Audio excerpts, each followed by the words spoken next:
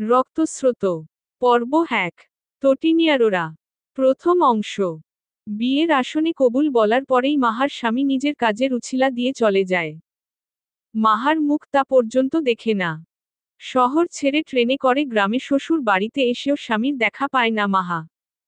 এমন না যে সে সুন্দর না, যে কোনো মানুষ তার সৌন্দর্যে মুগ্ধ হতে বাধ্য। প্রতিবেশীদের কটু কথায় মাহার মেজাজ গরম হয়, তাও কিছু বলতে পারে না। কারণ তার মা আগেই বলে দিয়েছে, এখানে কারো মুখের উপর যেন কথা না বলে। কিন্তু এই নীরবতা কতক্ষণ থাকবে মাহা জানে না। মারহানা মাহা চঞ্চল আর বোকাশোকা একটি মেয়ে। মুখে মিষ্টি হাসি লেগে থাকে সব সময়। দুনিয়ার নিষ্ঠুরতার সম্পর্কে তার জানা নেই। মা আর বাবার সাথে থাকত। বড় বোন আছে যার বিয়ে হয়েছে 2 বছর আগে। তার বড় বোন কোনো এক কারণে তাকে সহ্য করতে পারে না।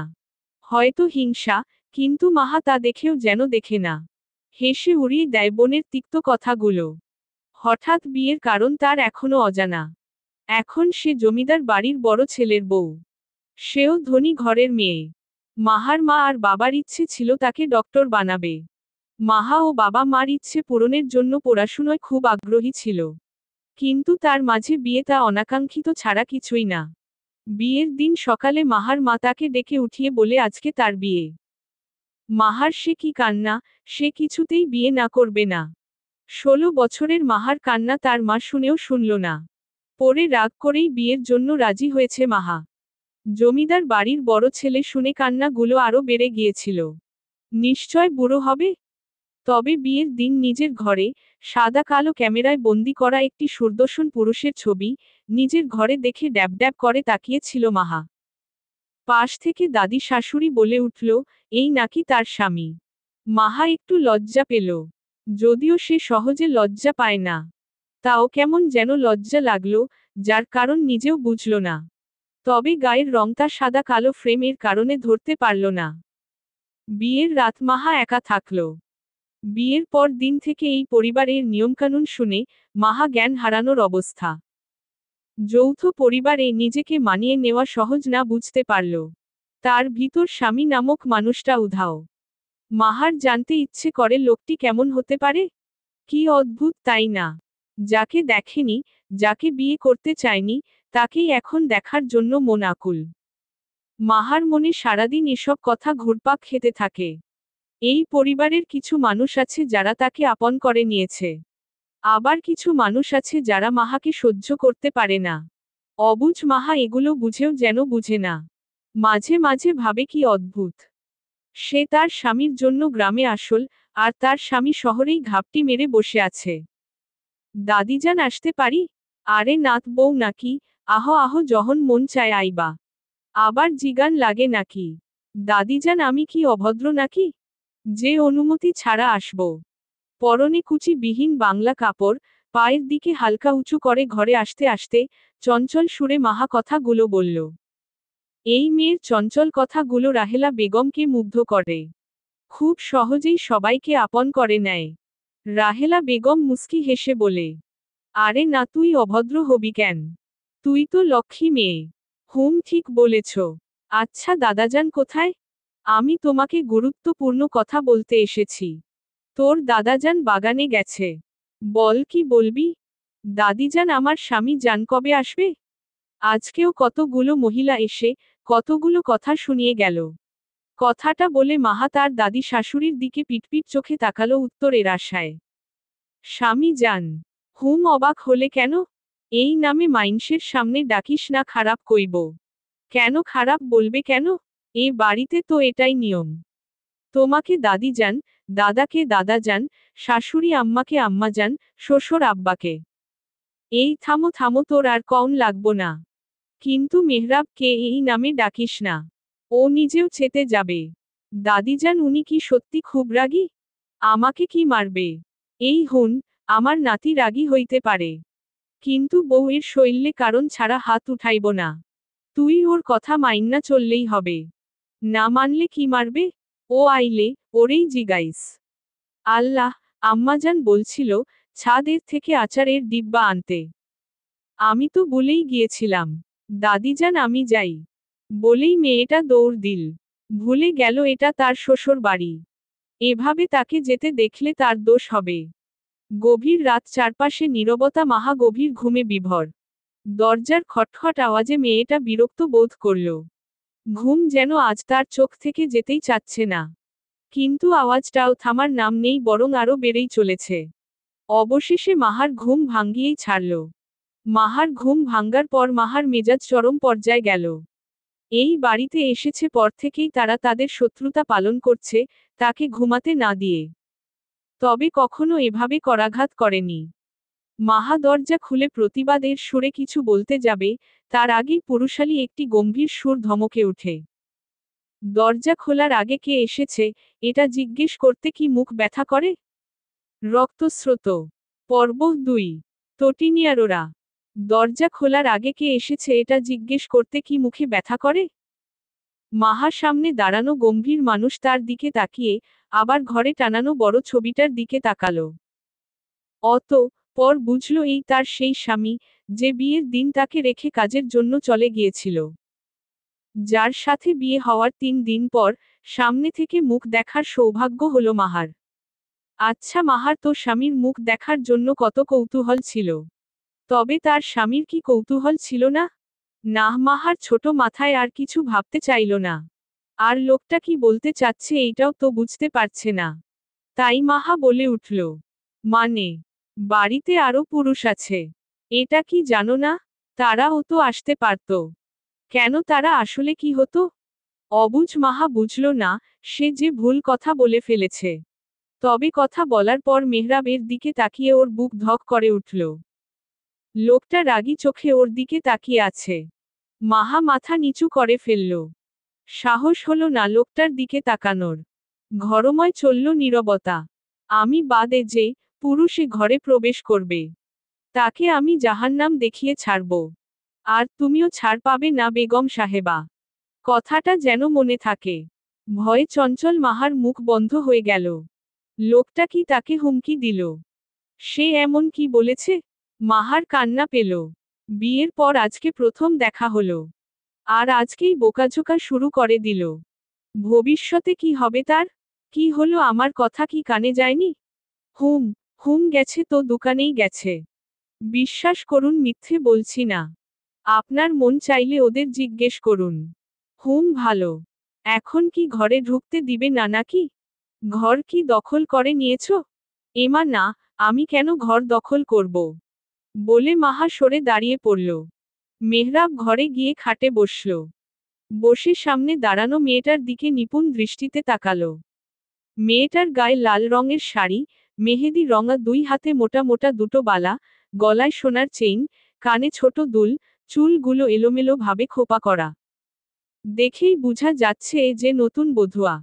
মেয়েটি মাথা নিচু করে থাকলেও হাত দুটো একটি আরেকটি সাথে ঘষছে। দেখেই বোঝা যাচ্ছে এ মেয়ে চুপ থাকার মতো মেয়ে না। এ মেয়ে যে চঞ্চল পাখি, তা খুব সহজভাবেই বোঝা যাচ্ছে। কিছু বলতে চাও? না মানে, এত রাতে আসলেন যে? কেন, ভালো লাগেনি বুঝি? আমি সেভাবে বলতে চাইনি। তাহলে কিভাবে বলতে চেয়েছ?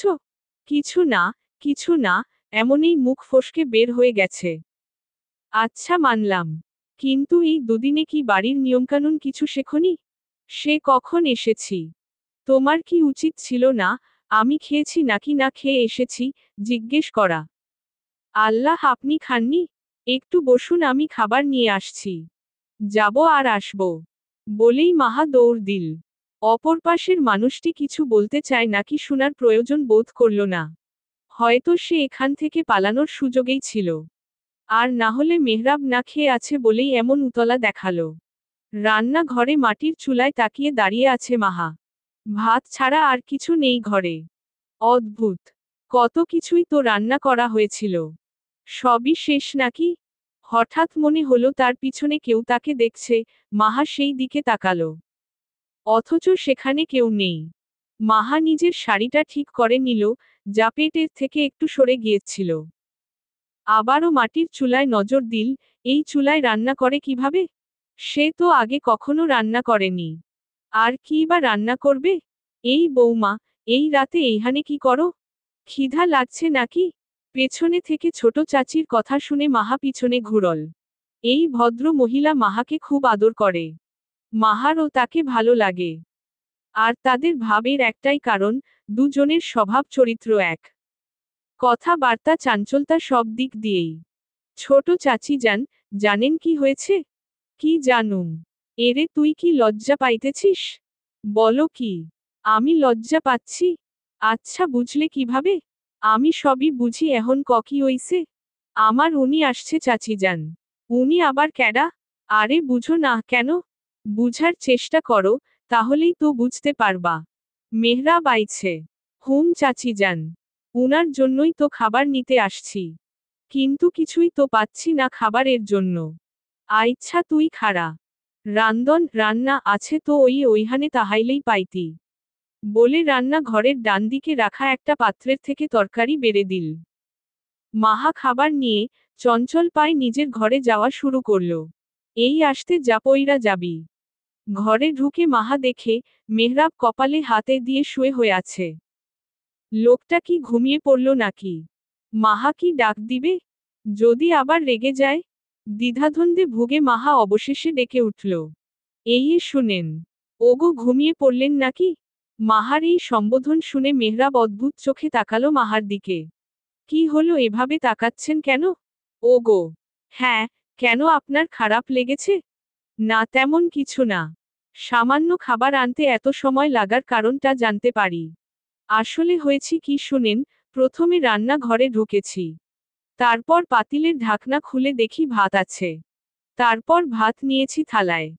তারপর তরকারি নেওয়ার জন্য তরকারির ঢাকনা খুলে দেখি তরকারি নেই। পরে অনেক ভাবলাম কি করা যায়। আমি তো রান্নাও করা জানি না। পরে ছোট চাচি যান। এই মেয়ে চুপ, আমি কি এত কিছু জানতে চেয়েছি? একটু আগেই তো জিজ্ঞেস করলেন। অনেক হয়েছে, এখন খাবার দিয়ে আমাকে উদ্ধার করলে খুশি হতাম। ইস, খুব খিদে পেয়েছে তাই না? শেষ কখন খেয়েছিলেন? এখন খাচ্ছি তোমার কথাগুলো। ভাত না খেলেও চলবে। মাহা মেহরাবের ঠেস মারা কথাটা বুঝল। বুঝে আর এক মুহূর্তও দেরি করল না খাবার দিতে। খেতে দিল মেহরাবকে। তুমি খেয়েছ? হুম খেয়েছি। জানেন এই বাড়িতে ঝাল খুব কম খায়। আমি আবার ঝাল বেশি খাই, তাই খেতে ভালো লাগে না। তবে রান্নাগুলো খুব মজার হয়। মেহরাব খাচ্ছে আর সাথে গিলছে মাহার কথার ঝুড়িগুলো। মনে হচ্ছে কত বছরের কথা সে বলছে। এই মেয়ে কি এত কথা কেউ বলতে পারে? রক্তস্রোত পর্ব ৩। তটিনিয়ারোরা। জমিদার সৈয়দ জালাল উদ্দিনের বড় ছেলে সৈয়দ মেহরাব মায়ান। মেহরাবের ছোট ২ বোন আছে। এক বোনের বিয়ে হয়েছে। আরেক বোন এ বাড়ির কনিষ্ঠ কন্যা, যার বয়স প্রায় মাহার সমান।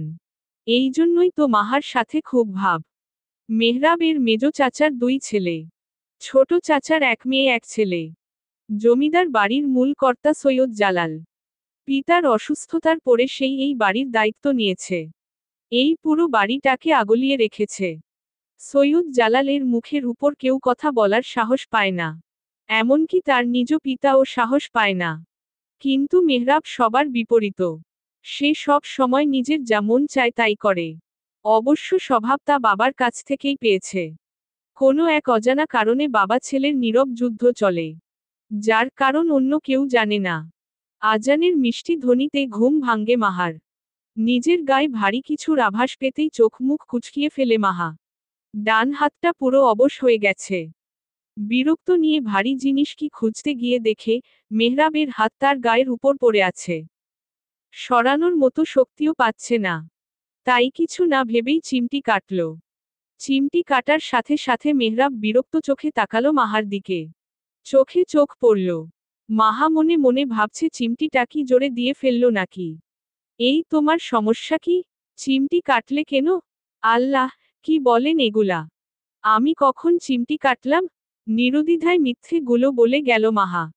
মনে হচ্ছে সে চরম সত্য কথা বলছে। মেহরাব মাহার দিকে তেরা চোখে তাকালো। সে ভালোভাবেই অনুমান করেছে যে কেউ তাকে চিমটি কেটেছে। আর এখন মাহা ছাড়া এ ঘরে আর কেউ নেই। তবে এই সাতসকালে তার এই সব নিয়ে কথা বলতে ইচ্ছে করছে না। তাই অপর পাশে ঘুরে শুতে যায়। ওগো আজান দিয়েছে তো, উঠেন, নামাজ পড়বেন না? তুমি অজু করে আসো, তারপরে আমি যাব।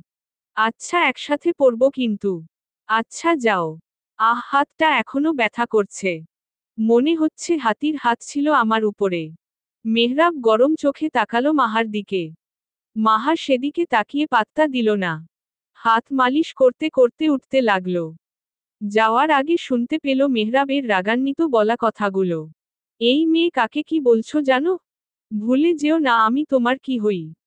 ছি স্বামীকে কি ভুলা যায় নাকি? বলেই মাহা চলে গেল। কালকে নাকি মেহরাব আইছে বুবু।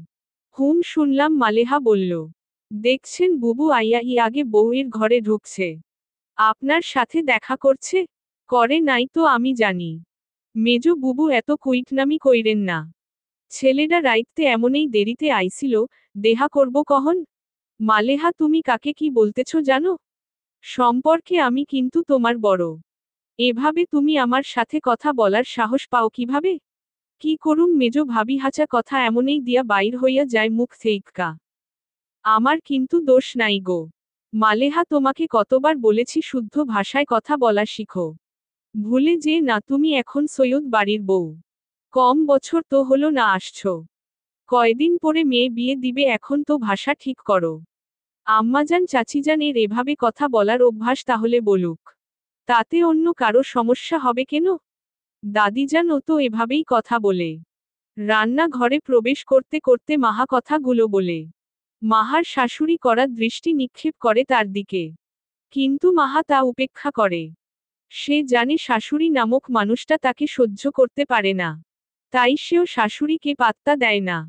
বরং ভালোই লাগে শাশুড়িকে রাগাতে। তবে মাঝে মাঝে আবার শাশুড়ির বলা কথাগুলো বুকে গিয়ে বিধে। বড়দের মাঝে কথা বলতে কতবার না করেছি? মাথায় কি কথাগুলো যায় না? যায় তো। তবে আমার মুখ যদি কথা বলে, তাহলে আমার কি দোষ আম্মাজান? এই মুখে কিভাবে তালা মারা যায় তা আমার জানা আছে।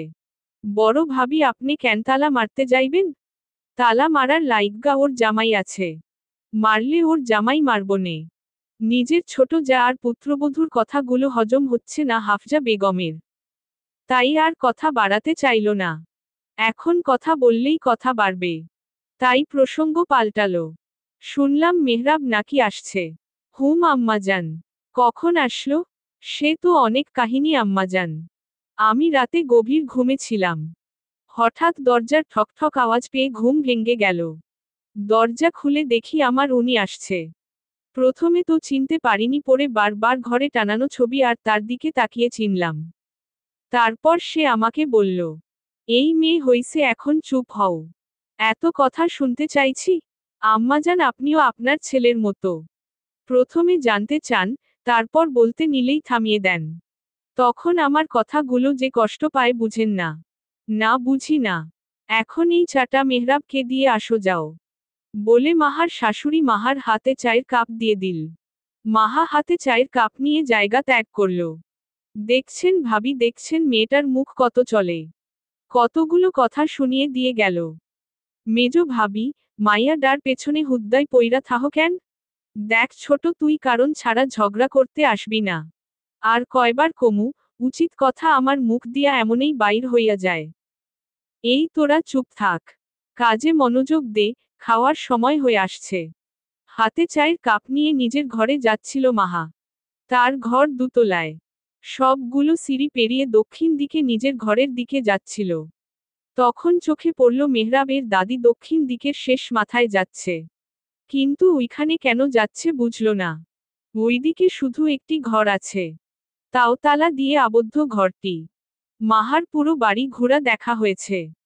এই বাড়ির এমন অনেক রুম আছে তালা ঝুলানো তাই ব্যাপারটা নিয়ে বেশি ভাবেনি। কিন্তু দাদিজান সেখানে কি করছে? দাদিজান চলাফেরা কম করে। মাহার ঘরেও শুধু প্রথম দিন গিয়েছিল। হঠাৎ খেয়াল হলো তার হাতে থাকা চায়ের কাপের দিকে। ইস, চা কি ঠান্ডা হয়ে গেল নাকি?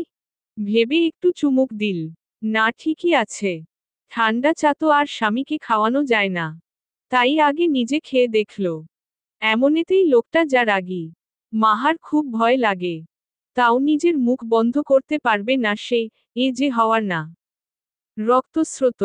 পর্ব 4। তটিনিয়ারোরা। ওগো আসবো? এই ঘরে আসার জন্য অনুমতির প্রয়োজন নেই। ভুলে যাবে না এটা তোমারও ঘর। না আপনি যদি রেগে যান। তাই জিজ্ঞেস করে আসলাম। বলে মেহরাবের হাতে চায়ের কাপটা দিল।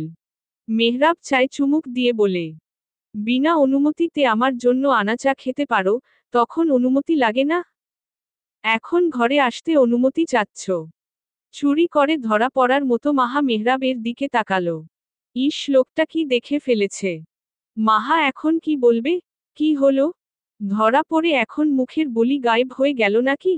না, না গায়েব হয়নি। তবে যদি আমার পুরো কথা শুনতে চান, তাহলে বলবো না হলে বলবো না।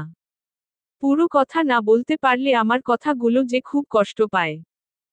কিন্তু আপনি আর আম্মা তা বুঝেনি না। থাক তোমার আর কিছু বলা লাগবে না। চুপ থাকো তাই ভালো হবে। আচ্ছা, আচ্ছা হলাম চুপ। আপনারা মতো মানুষদের জন্য আমার কথাগুলো আজ অনেক অবহেলায় আছে। খুব বেশি কথা বলো তুমি। ভালো লাগে তাই বলি। আপনার মন না চাইলে, না শুনলেই তো হয়। মেহরাব মাহার দিকে বিরক্ত চোখে তাকালো। একদিনেই মেয়েটা তার এই অবস্থা করেছে। তাহলে সামনে কি করবে? আজ 6 বছর পর মেহরাবের বোন সুভাষিনী সৈয়দ বাড়িতে পা রেখেছে। এই বাড়ি থেকে নিয়ে গিয়েছিল এক আকাশ সমান অভিমান। ভেবেছিল আর কোনো দিন আসবে না। তবে কেন যেন বড় ভাইয়ের বউকে দেখার খুব ইচ্ছে জাগলো মনের ভিতর। একটা সময় ছিল যখন, এই ভাই তার কাছে সব কিছু ছিল। তাকে খুব সুন্দর করে আগলিয়ে রাখত। কোনো আবদার অপূর্ণ রাখত না। তবে তার জীবনের গুরুত্বপূর্ণ আবদারটা পূরণ করল না তার ভাই। যার জন্য সে এখনো ছটফট করে। মনে হয় সে বেঈমান। ঠকিয়েছে যে তাকে নিজের থেকেও বেশি ভালোবাসত। এখনো ওই মানুষটার জন্য মন পুড়ে। যে মরে গিয়ে বেঁচে গেছে। অথচ তাকে দিয়ে গেছে বেদনা। আচ্ছা স্বামী থাকতে অন্যের কথা ভাবছে, এটা কি পাপ না? হলেই বাকি, স্বামী নামক মানুষটার কি এতে কিছু আসে যায় নাকি? লোকটা তো নিজেই অন্য নারীদের ভিতর পড়ে থাকে। তাদের যে একটা ছোট বাচ্চা আছে তার কথা কি ভাবে? না ভাবে না, ভাবলে লোকটা নিজের বউ বাচ্চার ভিতরেই সুখ খুঁজত। অন্য কারো কাছে যাওয়ার চিন্তা মাথায়ও আনত না। সুভাষিনী যখন নিজের জীবন নিয়ে ভাবতে যায়, তখন নিজেই হতাশ হয়। এ কেমন জীবন? তবে 4 বছরের মেয়ের দিকে তাকিয়ে সব ভুলে যেতে চায়। বিকেলে চায়ের আড্ডায় মেতে উঠেছে ঘরটি। এই ঘরে মেহরাবের ছোট বোন পুষ্পিতা আর ছোট চাচার বড় মেয়ে মিতালি থাকে। আজকে সুভাষিনী আসায় সবার মাঝে আনন্দের শেষ নেই। সুভাষিনীর মা চাচিরা রান্নাঘরে ব্যস্ত। বাড়ির বড় মেয়ে এসেছে বলে কথা। ভাবি আর 3 ননদ এক ঘরে আড্ডা দিচ্ছে। মাহারও রান্না ঘরে থাকার কথা ছিল, কিন্তু সুভাষিনী না করে দিয়েছে। সে তার ভাবিকে মন ভরে দেখতে চায়, বড় ভাইয়ের বউ বলে কথা। কি আজব ব্যাপার! যে ভাইটা বাবার সমান ছিল তার সাথেও কথা বলতে এখন কেমন যেন লাগে। তবে মাহার সাথে বেশ ভাব জমে গেছে। জমবে না। মেয়েটা যে অতি চঞ্চল। নিজের চঞ্চলতা দিয়েই সবাইকে বশ করতে পারে। মেয়েটার বোকা বোকা কথাগুলো খুব ভালো লাগে শুনতে। এই ননদিনী তোমার স্বামী আসবে কবে? কথাটা শুনে সুভাষিনীর মুখটা মলিন হয়ে আসলো। যে লোক বাড়ি থাকতেই তার খোঁজ নেয় না, সে লোক এখানে আসবে তাকে নিতে? তবুও মুখে হাসি ফুটানোর ভান করে বলে, সে অনেক ব্যস্ত থাকে ভাবি, আসতে পারবে না। ও আচ্ছা বুঝেছি তোমার ভাইয়ের মতো বউয়ের থেকে কাজ বেশি বড়। আরে কি বলো? তুমি জানো ভাইয়া আগে পরিবার নিয়ে ভাবে পরে ব্যবসার কাজ নিয়ে ভাবে। তাহলে বিয়ের দিন আমাকে রেখে কেন চলে গেল? ভাইয়াকেই জিজ্ঞেস করে দেখো। হয়তো কোনো কারণ ছিল। না, না তোমার ভাই খুব রাগী। তাই তার সাথে কথা বলতে মন চায় না। আমি তার থেকে দূরে থাকতে পারলেই বাঁচি। আল্লাহ এমন রাগী স্বামী আর কাউকে না দিক। সেই মুহূর্তে শোনা গেল দরজার ঠকঠক আওয়াজ।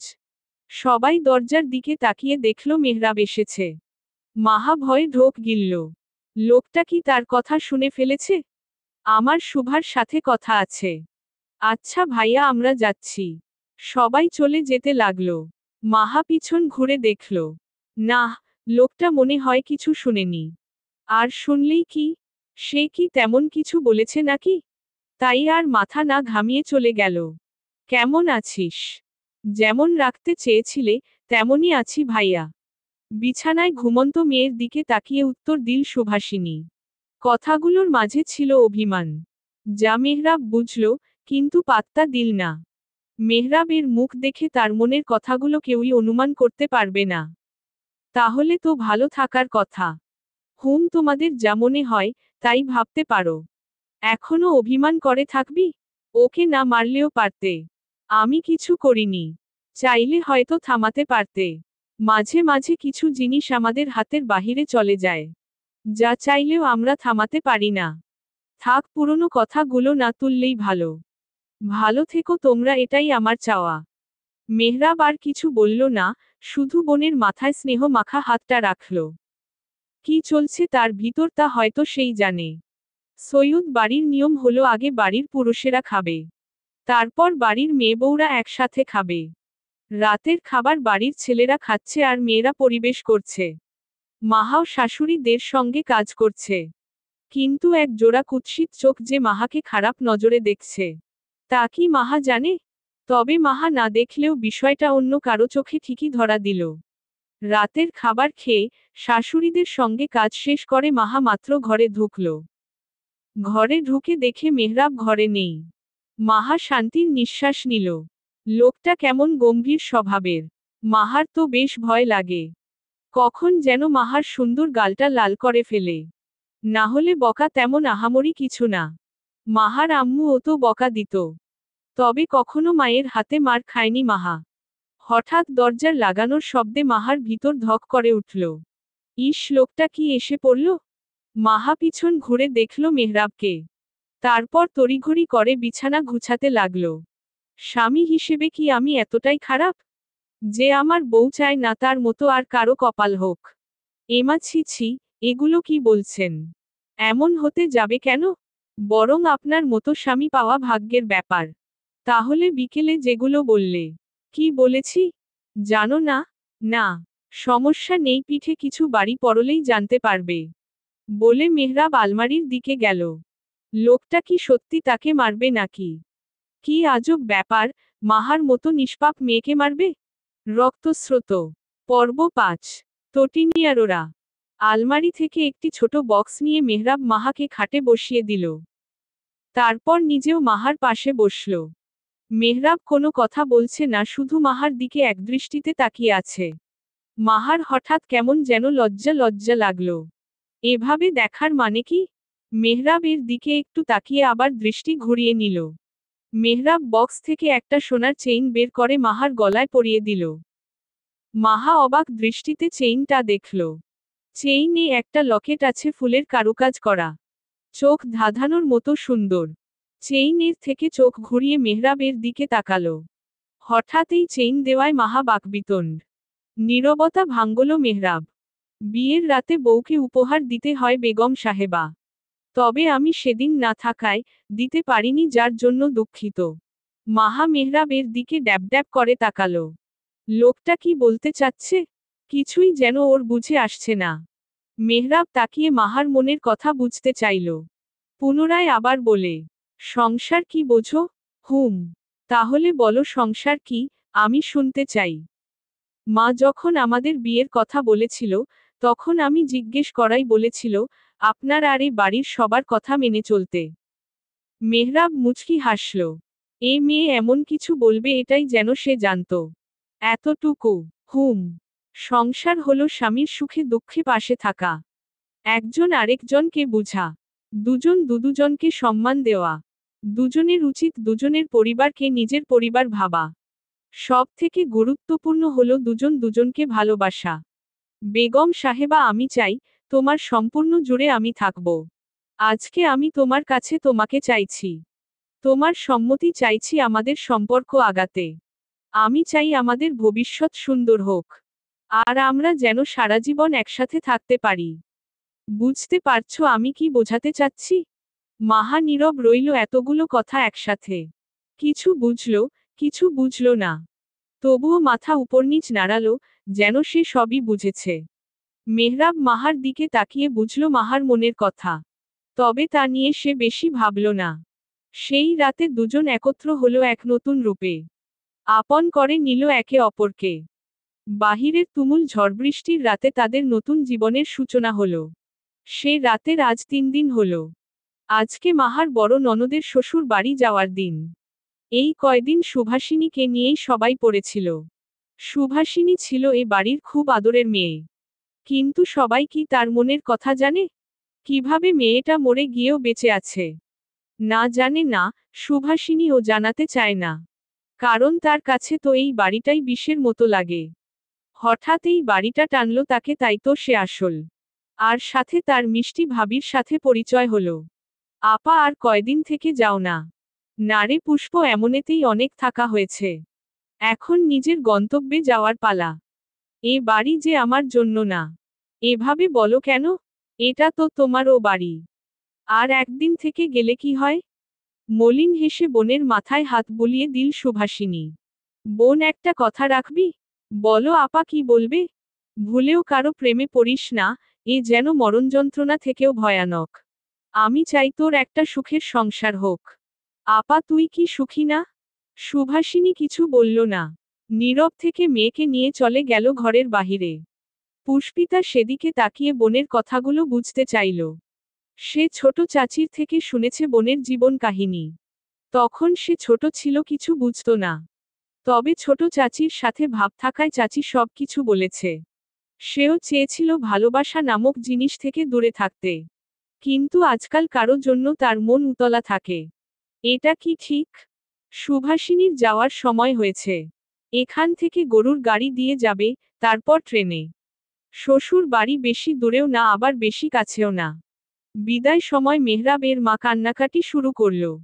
আদরের মেয়েটা আবার কবে আসে ঠিক নেই। মাহার শাশুড়ির কান্না দেখে খারাপ লাগল। সে যেদিন এ বাড়িতে এসেছিল, সেদিন তার মাও অনেক কান্নাকাটি করেছিল। মাহা তো তার মাকে ছাড়তেই চায়নি। কিন্তু না ছেড়ে উপায় আছে?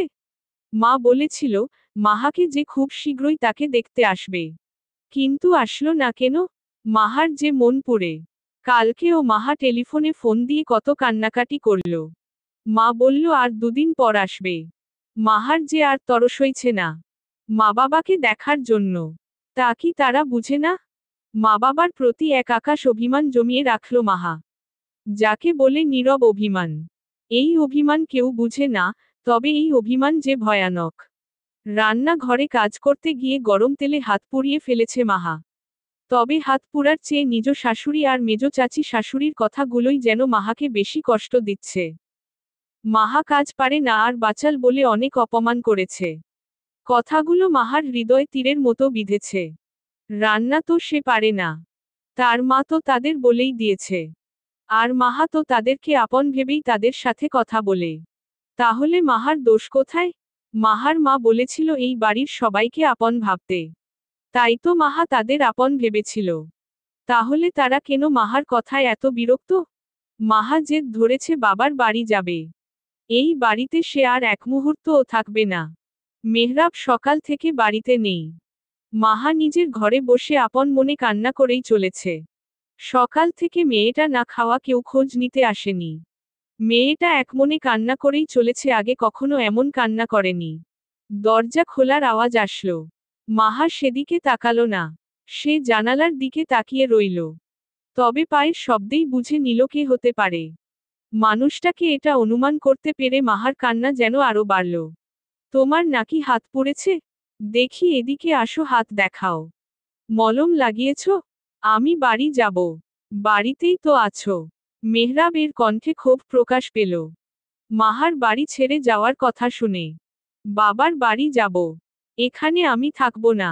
কেউ কিছু বলেছে? দেখো মাহা, এখানে থাকতে হলে তোমাকে এখানের নিয়ম মেনে চলার লাগবে। সবাই যেভাবে থাকে সেভাবেই। এই নিয়ে আমি বাড়াবাড়ি চাচ্ছি না। আর সবার সাথে বেশি কথা বলা বন্ধ করো।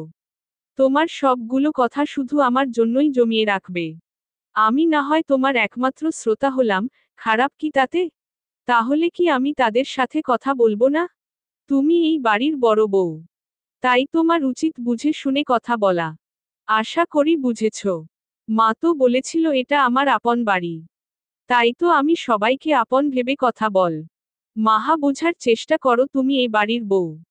বয়সে ছোট হলেও বাড়ির বড় বউ তুমি। বউ, বউ বলে কি এ বাড়ি আমার আপন না? রক্তস্রোত। পর্ব 6। তটিনিয়ারোরা। বউ, বউ বলে কি এ বাড়িটা আমার আপন না? মেহরাব শুনল মাহার অভিমানী কথা। তবে সেদিকে মনোযোগ দিল না। তার সম্পূর্ণ মনোযোগ মাহার হাতের দিকে। অনেক হানি পড়েছে। চুপচাপ মাহার হাত নিয়ে মলম লাগাতে লাগল। মাহার দৃষ্টি বাহিরে ফুল বাগানের দিকে। মাহার ঘরের জানালা দিয়ে বাগানটা খুব সুন্দর দেখা যায়। বিকেলের এই মিষ্টি সময় বাগানটা যেন বেশি মুগ্ধকর লাগছে। মেহরাব মাহার দৃষ্টি অনুসরণ করে সেদিকে তাকালো। বাগানে গিয়েছিলে কখনো? না আম্মাজান না করে দিয়েছিল বাগানে যেতে। যেতে মন চায়? হুম, অনেক। পছন্দের ফুল কি? সব ফুল এ তো ভালো লাগে। নির্দিষ্ট কোনো ফুল নেই? না, ফুল মানেই তো সৌন্দর্য। দেখেন সব ফুলগুলো কত সুন্দর লাগছে। আপনার পছন্দের ফুল কোনটি? বাগানের ফুল আমায় মুগ্ধ করতে পারে না। কারণ আমার ঘরে একটা বাহারি ফুল আছে, যাতে আমি বারংবার মুগ্ধ হই। ভাবি মেহরাব বৌমার জন্য খাওন চাইছে। দেখছেন বড় ভাবি, ছেলেটাকে কিভাবে বশ করতেছে। এখনই এই অবস্থা, ভবিষ্যতে কি হবে, একবার ভাবুন। মেজো ভাবি, তুমি মাইয়াডার পিছনে এমনে বাইজ্জা থাহ কেন? কম তো কথা হোনাও নাই। হেই হক্কাল থেইক্কা না খাইয়া রইছে। এই তোরা থামো, মালেহা এই নাও খাবার। আর মেহরাবকে বলে দিও, মলম লাগিয়ে দিতে। আচ্ছা, আমি তাইলে খাওন দাদিয়া আহি। মালেহা বেগম বের হওয়ার সাথে সাথে মেহরাবের মেজো চাচি শিলা বেগম বলে, বড় ভাবি, বউকে মাথায় তুলে আর খারাপ বানাবেন না, এমনই যে মুখ চলে। কোনটা ভালো কোনটা খারাপ আমি বুঝে নিব, তোমার বুঝানো লাগবে না। বলে মেহরাবের মা সুফিয়া বেগম নিজের কাজ করতে লাগল। মেহরাবের মেজো চাচার নাম সৈয়দ হামিদ। ছোট চাচার নাম সৈয়দ হুমায়ুন। সৈয়দ হামিদ সাহেবের বড় ছেলের নাম সৈয়দ ফারহান, যে পেশাগত আইনজীবী। মেহরাবের থেকে 3 বছরের ছোট। বড় ভাই আইনজীবী হলেও ছোট ভাই বিগড়ে যাওয়া যুবক। যার জন্য দুই ভাইয়ের মাঝে ভাই নামক সম্পর্ক নেই বললেই চলে। কেউ কাউকে সহ্য করতে পারে না। ফারহানের ছোট ভাইয়ের নাম ফারুক। ছোট চাচার বড় মেয়ের নাম মিতালি আর ছোট ছেলের নাম সৈয়দ হাসান। কাজের সূত্রে আজ ফারহানের বাড়ি এসেছে গোয়েন্দা জাফর ইকবাল, যাকে আপ্যায়নের জন্য বাড়ির সবাই কাজে ব্যস্ত। মাহা নিজের ঘরে বসে আছে। মাহার মনটা আজকে বেশ ফুরফুরে। কারণ সকালে মেহরাব তাকে নিজের সঙ্গে নিয়ে পুরো বাগান দেখিয়েছে। মাহার খোপায় নিজের হাতে রক্ত জবা ফুল পরিয়ে দিয়েছে। মাহা তখন তাজ্জব বনে গিয়েছিল। তার রাগী স্বামীটা দিন দিন তাকে শুধু মুগ্ধ করছে। মাহার মাঝে মাঝে মন চায় নিজের ভাগ্যটাকে ছোট একটা কালো কালির টিপ লাগিয়ে দিতে, যাতে তার সুখে কেউ নজর না লাগাতে পারে। কিন্তু এটা কি সম্ভব? দরজার ঠকঠক আওয়াজে মাহা সেদিকে তাকায়। দেখতে পায় তার ছোট ননদ পুষ্পিতা এসেছে। ভাবি আম্মা তোমাকে ডাকছে। কেন? বাড়িতে মেহমান এসেছে, তাই তোমাকে দেখা করতে বলেছে। চলো আমার সাথে।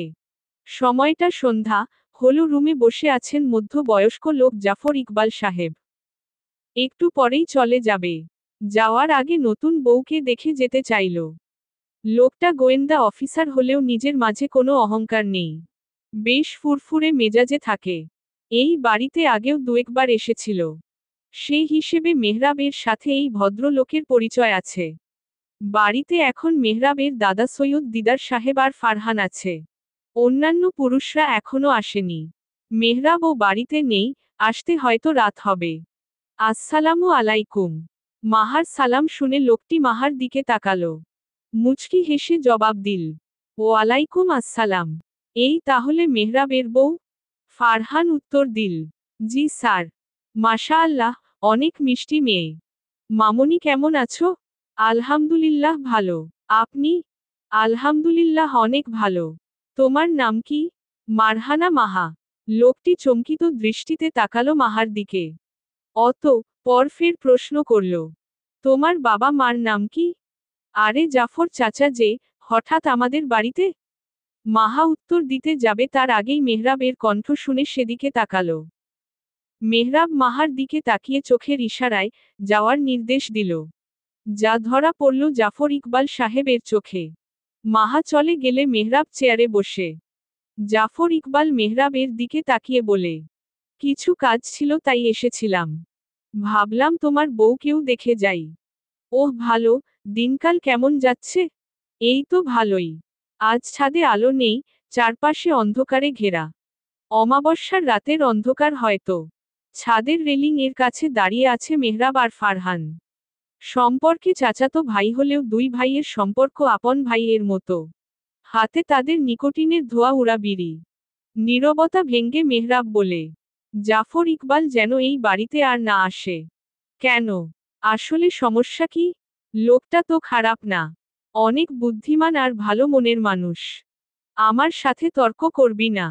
যা বলেছি তাই করবি আর যেন এই বাড়িতে না দেখি। তুই কি কিছু লুকাচ্ছিস আমার থেকে? এত প্রশ্ন শুনতে আমার ভালো লাগে না। সব সময় এমন ঘাড়ত্তারামি করিস কেন? আমার ইচ্ছে।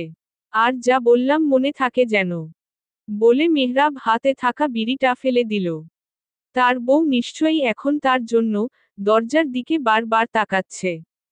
মেয়েটা বাচ্চা স্বভাবের। আবদারগুলোও করে বাচ্চাদের মতো, যা মেহরাবের ভালো লাগে। কখনো বিরক্তবোধ করে না। আমি ডাক্তার হতে চাই। আমার মা বাবারও তো এই ইচ্ছে ছিল। তারা তো বলেছিল, আপনি আমাকে ডাক্তার বানাবেন। দেখো মাহা, আমি চাচ্ছি না তুমি পড়াশোনা করো। কিন্তু কেন? এত কথা শুনতে চাচ্ছি না। শুয়ে পড়ো। না, আপনি আগে আমার কথা শুনবেন, তারপর আমি শুব। মনে হচ্ছে তোমাকে মাথায় চড়িয়ে ফেলেছি। আপনার যা মনে হয়। মাহা মেজাজ গরম করবে না, ভালো হচ্ছে না কিন্তু। মাহা আর কোনো কথা না বলে ঘর থেকে বের হতে নিলে এক জোড়া শক্ত হাত তার হাত ধরে ফেলে। মাহার চোখে পানি টলমল করছে। একে তো তার ইচ্ছে মেহরাব পূরণ করতে চাচ্ছে না, তার ভিতর হাতটাও খুব জোরে চেপে ধরেছে। মেহরাব মাহার দৃষ্টি অনুসরণ করে হাত আলগা করল। আস্তে করে মাহাকে খাটে বসিয়ে দিল। তারপর নিজের সাথে মিশিয়ে মাহাকে বুঝিয়ে বলতে লাগল, দেখো, এ জেদ ছেড়ে দাও। এটা বাদে তোমার সব ইচ্ছে মানতে আমি রাজি। কিন্তু এটা বাদে তো আমার আর কোনো ইচ্ছে নেই। ডাক্তার হতে চাও? হুম। মেহরাব উঠে দাঁড়ালো, ফলের ঝুড়ি থেকে ছুরি নিয়ে হঠাৎ নিজের হাতে চেপে ধরল। মুহূর্তে হাত রক্তাক্ত হল। মাহা বাকবিতণ্ড, কি করল এটা মেহরাব? মেহরাবের হাতের রক্ত যেন মাহার হৃদয়কে রক্তাক্ত করল। মেয়েটা হিতাহিতজ্ঞান হারিয়ে চেয়ে রইল শুধু। যখন হুঁশ আসলো তখন দেরি না করে মেহরাবের হাত ধরে হুহু করে কেঁদে ফেলল। মেহরাব সেদিকে তাকিয়ে মুচকি হাসল। কি হলো, কান্না করছো কেন? রক্ত বের হচ্ছে ডাক্তার ডাকুন। আমি আর সহ্য করতে পারছি না। কেন তুমি না ডাক্তার হবে? তাহলে এতটুকু কাজ তো করতেই পারো। অসহায় চোখে মাহা মেহরাবের দিকে তাকালো। বুঝতে চাইল মেহরাবের কথার মর্ম। হয়তো নিজের জ্ঞানে থাকলে বুঝতে পারত। কিন্তু মেয়েটা তো তার আগেই জ্ঞান হারালো। রক্তস্রোত। পর্ব ৭। তটিনিয়ারোরা। রিনঝিন চুরির আওয়াজ শুনে ফারহান দরজার দিকে দৃষ্টিপাত করে। কাঙ্ক্ষিত রমণীর দেখা পেয়ে অধরে হাসির রেখা ফুটে ওঠে। তবে সে তা লুকিয়ে মুখটিকে গম্ভীর করতে চায়। ছটফটে রমণী অনুমতি ব্যতীত ঘরে ঢুকে পড়ে। ফারহান ভাই, আমার জন্য লাল চুড়ি আনার কথা ছিল, ভুলে গেছো? পুষ্প কতবার বলবো ঘরে আসার আগে জিজ্ঞেস করে আসবি। কেন? তুমি কি করছিলে? যে আসা যাবে না। থাপ্পড় খেলে আর কখনো এই প্রশ্ন করার সাহস পাবি না। সে যাই হোক, এখন আমার চুড়ি দাও। এত চুড়ি দিয়ে কি করিস? তোর চুড়ি কিনতে কিনতে তো আমি ফকির হয়ে যাব। আমি কি করব? ভেঙ্গে যায়। আর কাউকে বললে এনে দেয় না তো। একমাত্র তুমিই সে যে এনে দেয়। কিন্তু তুমিও আজকে খোটা দিচ্ছ। এই খোটা কই দিলাম? বললাম একটু সাবধানে রাখলেই তো পারিস। আচ্ছা, আচ্ছা, পরেরবার সাবধানে রাখব। এখন বলো, এনেছো? হুম, এনেছি। টেবিলের উপর দেখ। মিষ্টি রোদ মাহার চোখে পড়তেই মাহা চোখ কুঁচকিয়ে ফেলে। মাথাটা কেমন যেন ভার ভার লাগছে। চোখ খুলে বামে দৃষ্টিপাত করতেই চোখে পড়ে চেয়ারে বসা পাঞ্জাবি পরিহিত মেহরাবের দিকে। হাতে ম্যাগাজিন এর কাগজ। লোকটির গায়ের রং উজ্জ্বল ফর্সা। মুখ ভর্তি চাপ দাড়ি। মুখটি সব সময় গম্ভীর রাখলেও যখন হাসে তখন মাহার সমস্ত কান নাড়িয়ে দেয়। লোকটির হাসি যে হাজারো রমণীর হৃদয় কাটতে পারে তা মাহা জানে। তাই তো মাহা চায় না লোকটি যেন কারো সামনে না হাসে। শুধু সে দেখবে এই লোকটির হাসি। আর শুধু সেই মুগ্ধ হবে। যাক তাহলে তোমার ঘুম ভাঙল। মেহরাবের কথা শুনেও মাহা না শোনার ভান করল। সে আর এ লোকটার সাথে কথা বলবে না। কিভাবে পারল নিজের হাত কাটতে? শুধুমাত্র মাহাকে শায়েস্তা করতেই তো এমন করেছে। যা মাহা ভালো করে বুঝেছে। অভিমানী মাহা বিছানা ছেড়ে উঠে মাথার চুলগুলো খোপা করে নিল। জানালা দিয়ে বাইরের বাগান দেখতে লাগল। আজ ঘুম ভাঙতে বেশ দেরি হয়েছে যা বাইরের রোদ তাকে জানান দিচ্ছে। কেউ তাকে ডাকল না কেন? হয়তো মেহরাব ডাকতে দেয়নি। কি ব্যাপার কিছু জিজ্ঞাসা করেছি তো? দেখতে পারছেন না জেগে আছি নাকি ঘুমিয়ে আছি? না, পারছি না। কালকে হাত কেটে কি প্রমাণ করতে চাইলেন? এটাই, যে নিজের স্বামীর হাতের চিকিৎসা করতে পারে না সে অন্যের চিকিৎসা করবে কিভাবে? আপনি আর অন্য কেউ এক নাকি? চিকিৎসার সময় সবাই এক হয়। এখন বলো কখনো আমি তোমার রোগী হলে পারবে চিকিৎসা করতে? নিশ্চুপ হয়ে গেল মাহা। এই কথার পৃষ্ঠে সে কি বলবে? তার মাথায় কিছু আসছে না। মেহরাবের গায়ে সামান্য আঘাত যেন তার হৃদয় ক্ষতবিক্ষত করে দেয়। মেহরাবের হাতের দিকে তাকিয়ে মাহা আবার হু হু করে কেঁদে ফেলে। এর জন্য মেহরাব মোটেও প্রস্তুত ছিল না। এই কি হলো আবার কান্না করছো কেন? বলেন আর কখনো এমন করবেন না। আচ্ছা, আচ্ছা ভুল হয়ে গেছে আর কখনো এমন করব না। সত্যি। সত্যি। এখন লক্ষ্মী বউর মতো চলো খাবার খাবে। সন্ধ্যার সময় জমিদার বাড়ির হলো রুমে সালিশ বসেছে।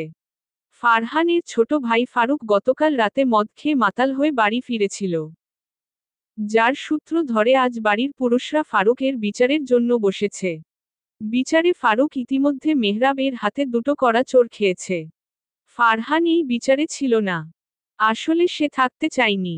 এই ভাইটা তার মায়ের অতি আহ্লাদে এমন হয়েছে। যার জন্য আজ এই অবস্থা। বিচারের মধ্যে হঠাৎ মাহা হেসে ফেলল। আসলে তার গতরাতে ফারুকের মাতলামির কথা মনে পড়ায় হেসে ফেলে। তবে হাসার পর বুঝতে পারে সে ভুল জায়গায় ভুল কাজ করে ফেলেছে। যার জন্য সবার কড়া দৃষ্টির শিকার হয়। বিশেষ করে ফারুকের। ফারুক মাহার দিকে রাগী দৃষ্টিতে তাকালে মেহরাবের আরেক চরের শিকার হয়। মাহা সেখানে আর দাঁড়ায় না। এখানে থাকলে কিছু হলে তারই দোষ হবে। তাই ভালো ভালো কেটে পড়ে। তার হাসি যে মাঝে মাঝে তার সাথে শত্রুতামি পালন করে। তা সে সবাইকে কিভাবে বুঝাবে? তাই এখানে থাকার ইচ্ছে আর নেই। তবে সে কি জানে? এই ছোট বিষয়ও মাঝে মাঝে বড় বিপদের কারণ হতে পারে। প্রিয়তমা, আপনার কাছে কি আমার? তুমি এখানে কি করছো? হঠাৎ মেহরাবের কণ্ঠ শুনে মাহা তড়িঘড়ি করে হাতে থাকা চিঠিটা পেছনে লুকিয়ে ফেলে, পিছনে ঘুরে দেখে মেহরাব দরজার সামনে দাঁড়িয়ে আছে। দক্ষিণ দিকের রুমটা খোলা পাওয়ায় মাহা এই রুমে ঢুকেছিল। এসে দেখে এই রুমে একটি বিলাসবহুল খাট আছে। আরও কিছু আসবাবপত্র আছে। সব কিছুই কেমন যেন রাজকীয় ধাঁচের। যেমনটি মেহরাবের ঘর। এই বাড়ির প্রত্যেক ঘরের জিনিস সুন্দর হলেও মেহরাবের ঘরের জিনিসপত্রগুলো ভিন্ন ধাঁচের ছিল। কিন্তু আজকে এই ঘরটি দেখে অবাক না হয়ে পারল না। তবে ধুলোয় পোড়ায় জিনিসগুলো কেমন তার সৌন্দর্য হারিয়ে ফেলেছে। এগুলো পরিষ্কার করলে অনেক সুন্দর দেখাবে। মাহাকে কেন যেন এই ঘরটা খুব টানে। মাহা পুরো ঘরে চোখ বুলাচ্ছিল। তখন চোখে পড়ে, নিচে পড়ে থাকা একটি কাগজের দিকে। সেই কাগজটি পড়তে নিলেই মেহরাবের আগমন ঘটে। শোনা যায় মেহরাবের ক্ষোভ মিশ্রিত কণ্ঠ। মাহা আমি কিছু জিজ্ঞেস করছি। ঘরটি খোলা ছিল, তাই আমি এসেছিলাম। খোলা থাকলেই আশা লাগবে? আপনি রেগে যাচ্ছেন কেন? এ ঘরে এসেছি তো কি হয়েছে? অনেক কিছু হয়েছে। অনুমতি নিয়ে এসেছো? পা কি আজকাল বেশি চলছে? আর হাতে কি? কই কিছু না। মেহরাব মাহার হাত থেকে কাগজটি নিয়ে নিল। তারপর রাগী চোখে মাহার দিকে তাকিয়ে নিজেকে সামলানোর জন্য জোরে জোরে শ্বাস নিল। মাহার হাত ধরে নিয়ে মাহাকে সহ নিজে বের হয়ে দরজায় তালা লাগিয়ে দিল। আজ মাহার বাবার বাড়ি থেকে তার বাবা মা আর বোন আসবে। মাহার আজকে খুশিতে নাচার কথা, অথচ তার মন খারাপ। সকাল থেকে মেহরাব তার সাথে কথা বলছে না। মাহা যদি জানতো মেহরাব এত রাগ করবে, তাহলে কখনোই যেত না ওই ঘরে। তবে এই সাধারণ বিষয় নিয়ে এত রাগের কারণ বুঝে উঠতে পারছে না মাহা। আচ্ছা, মেহরাব কি তার থেকে কিছু লুকাচ্ছে? রক্তস্রোত পর্ব ৮। তটিনিয়ারোরা। মেহরাবের বুকে মিশে কান্না ভেঙ্গে পড়েছে মাহা। বুকের ভিতর অশেষ যত্ন নাড়া নাড়া দিচ্ছে। একটু আগে সে যা শুনল তার জন্য মোটেও প্রস্তুত ছিল না। মনে হচ্ছে দম বন্ধ হয়ে মারা যাবে। তার সমস্ত অস্তিত্বকে আজ মিথ্যে মনে হচ্ছে। কে সে? কে তার বাবা? কে তার মা? আজ দুদিন হলো মাহার বাবা আতিকুর রহমান, মা নাফিয়া বেগম আর ছোট বোন লামিয়া এসেছে। প্রিয়জনদের কাছে পেয়ে মাহার দিনগুলো ভালো কাটছে। মায়ের সে পুরনো আদর করে খাইয়ে দেওয়া, চুল বেঁধে দেওয়া সব মিলিয়ে দিন বেশ যাচ্ছিল মাহার। ছোট মাহার হঠাৎ বড় হয়ে যাওয়া দেখে মাহার বাবা মার মনে কেমন যেন আঘাত আনে। তারা কি মেয়ের বিয়ে দিয়ে ভুল করে ফেলেছে? মাহা কি সংসার সামলাতে পারবে? তবে মেহরাবের মাহার প্রতি ভালোবাসা তারা বুঝেছে। আর এই বাড়িতে মাহার কোনো কিছুর অভাব হবে না তারা জানে। শুধু শ্বশুর বাড়ির সবার সাথে মানিয়ে নিলেই হবে। তবে মাহার এই সুখে সংসার যেন মাহার বোন লামিয়ার সহ্য হচ্ছিল না। ভিতরে ভিতরে হিংসার আগুনে পুড়ছিল। মাহা জমিদার বাড়ির বউ, এটাই যেন লামিয়ার গায়ে বিঁধছে। তার হিসেবে মাহা এর যোগ্য না। তাই তো মাহাকে আঘাত দিতে মাহার সব থেকে বড় রাজের খোলাসা করল বাড়ি ভরতি লোকের সামনে। যেই রাজ থেকে মাহা এতদিন অজানা ছিল। মাহা যখন বিশ্বাস করতে না চাইল তখন লামিয়া তার মাকে নিজের কসম দিয়ে সত্য কথা বলতে বলল। মাহা আর এক মুহূর্তও সেখানে থাকেনি, নিজের ঘরে খিল দিয়েছিল। মেহরাব তখন বাড়ির বাইরে ছিল। মাহা দরজা বন্ধ করে চুপচাপ বসেছিল। সবাই করাঘাত করার পরেও দরজা খোলেনি, তবে যখন দরজার ওপাশ থেকে মেহরাবের ডাক শুনল তখন আর এই ডাক অবজ্ঞা করতে পারেনি, খুলে দিয়েছে দরজা। মেহরাব সবাইকে যেতে বলে দরজার খিল লাগিয়ে দেয়। মাহাকে জড়িয়ে ধরার সঙ্গে সঙ্গেই মাহার কান্নারা যেন বাঁধ ভেঙে দেয়। সেই থেকে মাহা কেঁদেই যাচ্ছে। মেহরাব ও মাহাকে কান্না করতে দিয়েছে। তবে মাহার কান্না যেন থামছেই না। বেগম সাহেবা, এখন তো কান্না থামান, না হলে মাথা ব্যথা করবে। আপা কি বলল? আমি নাকি তাদের কেউ না? কেউ না? আম্মা আব্বা নাকি আমার আপন না? কেউ নাকি আমার আপন না? আমি আছি তো। কিন্তু আমি যে অস্তিত্বহীন। কে আমার বাবা মা? আমি যে কিছুই জানি না। আমি তোমার অস্তিত্ব মাহা। আমার বাবা মাকে, যারা তোমাকে লালন পালন করেছে তারাই। আমি আমার জন্মসূত্রের কথা জানতে চাচ্ছি।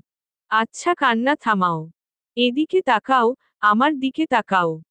মাহা, একবার ভেবে দেখো, যারা তোমাকে লালন পালন করেছে তারা কি কখনো তোমাকে অবহেলা করেছে? করেনি তো, তাহলে তুমি কেন তাদের কষ্ট দিচ্ছ? তারাই তো বলল, আমি নাকি তাদের আপন না। সত্যতা তো একদিন জানাই লাগতো বেগম সাহেবা। এটা কঠিন সত্য হলেও মানতে হবে। কিন্তু ভাবো তো, যারা তোমাকে এতদিন এত আদরে বড় করলো তাদের কেন কষ্ট দিবে? এটা কি ঠিক? বাইরে চলো আমার সাথে, দেখো তোমার আম্মার কান্না, তারপর বলো তারা কি তোমার পর নাকি আপন? জন্ম না দিলেই কি পর হয়ে যায়? তোমার আম্মা আব্বা যে তোমাকে প্রচুর ভালোবাসে। তাদের ভালোবাসাকে ফেলে দিও না বেগম সাহেবা। আম্মা, মা, বিশ্বাস কর, তোকে আমরা কখনোই লামিয়ার থেকে আলাদা দেখিনি। তোকেও আমরা নিজের মেয়ে হিসেবেই দেখেছি। তুই বল, আমরা কি তোকে কম ভালোবাসি? মায়ের বুকে ঝাঁপিয়ে পড়ল মাহা, আজ যেন অশ্রুরা বাধা মানছে না। সে জানে তার বাবা মা তাকে খুব ভালোবাসে। তাই তো মানতে কষ্ট হচ্ছে যে তারা তার বাবা মা না। আরে হয়েছে, আর কত কান্না করবি, এবার থামো। তুমিও তো কান্না করছো। তুই থামো তাহলেই আমি থামব। না, আগে তুমি থামো। আরে হয়েছে, তোমরা দুজনই থামো। আর কত কান্না করবে? আব্বা, তুমি কথা বলবে না আমাদের মাঝে? মাহা রাগ করেছে তোমার উপর। কেন মা, কি হয়েছে? তুমি আগে কেন আমাকে জানাওনি? কিছু সত্য লুকাই তো থাকাই ভালো মা। তবে আমরা ভুলে গেছিলাম সত্য বেশিদিন লুকিয়ে রাখা যায় না। তাহলে এটাও বলো আমার আসল বাবা মাকে? তাদেরকে তোমরা চিনো? মাহার প্রশ্ন শুনে মাহার বাবা-মার মুখ কালো হয়ে গেল। এর ভিতর ঘরে মেহরাব ঢুকে তাড়া দিতে লাগে রাতের খাবারের জন্য। যার জন্য মাহার প্রশ্নের উত্তর শোনা হলো না। মাহার বাবা-মার যাবার সময় হয়ে এসেছে। মাহা বায়না ধরেছিল সে যাবে, তবে মেহরাব যেতে দিতে রাজি হয়নি। মাহার বাবা ও মাহাকে নিয়ে যেতে চেয়েছিল, কিন্তু মেহরাবের জন্য তা আর হয়ে ওঠেনি। মেহরাব বলেছে সে নিজেই কিছু দিন পরে নিয়ে যাবে। তাই তারা আর জোর করেনি। বিদায়ের সময় হয়ে এসেছে, সেই সাথে বেড়ে চলেছে মাহার কান্না। মাহার বড় বোন আগেই গিয়ে গাড়িতে বসে পড়েছে। গতকাল থেকে লামিয়ার সাথে তার বাবা মা কথা বলছে না। সেই জন্য লামিয়ার রাগ মাহার উপরেই পড়ছে। তবে সে মাহাকে কিছু বলার সুযোগ পাচ্ছে না। কিন্তু সে মনে মনে খুশি, কারণ মাহার জন্ম পরিচয় নিয়ে তাকে বিভিন্ন কথা শোনা লাগবে, এটা সে জানে। মাহা কান্না থামাও, উনাদের যেতে দাও। আর একটু বুঝার চেষ্টা করো, যেতে খুব সময় লাগবে। দেরি হলে সমস্যায় পড়তে পারে। আমরা যাব তো কিছু দিন পরে। তাহলে চলুন না আজই যাই। আবারও একই কথা? এবার কিন্তু বাড়াবাড়ি হচ্ছে। মা আজকে যাই। জামাই বলল তো তোকে নিয়ে যাবে। এখন কান্না থামা, আমাদের যেতে দে। আচ্ছা, ভালোভাবে যাবে, আমি শীঘ্রই আসব কিন্তু। হুম। আমার আম্মার জন্য আমরা অপেক্ষা করব। আচ্ছা যাও। আতিকুর রহমান আর নাফিয়া বেগম চলে গেল, রেখে গেল মাহার ভিতরের এক যত্ননা। এই মাহার মনে একই প্রশ্ন চলে, কে তার বাবা? কে তার মা? কে সে? রক্তস্রোত। পর্ব 9। তটিনিয়ারোরা। চাঁদের আলো ধরণীতে উজ্জ্বলতায় ছড়িয়ে পড়েছে। হয়তো জ্যোৎস্না রাতের জানান দিচ্ছে। চারিপাশে মিষ্টি বাতাস বইছে। ছাদের ফুটন্ত ফুলগুলো তাদের মিষ্টি সুবাস ছড়াতে ব্যস্ত।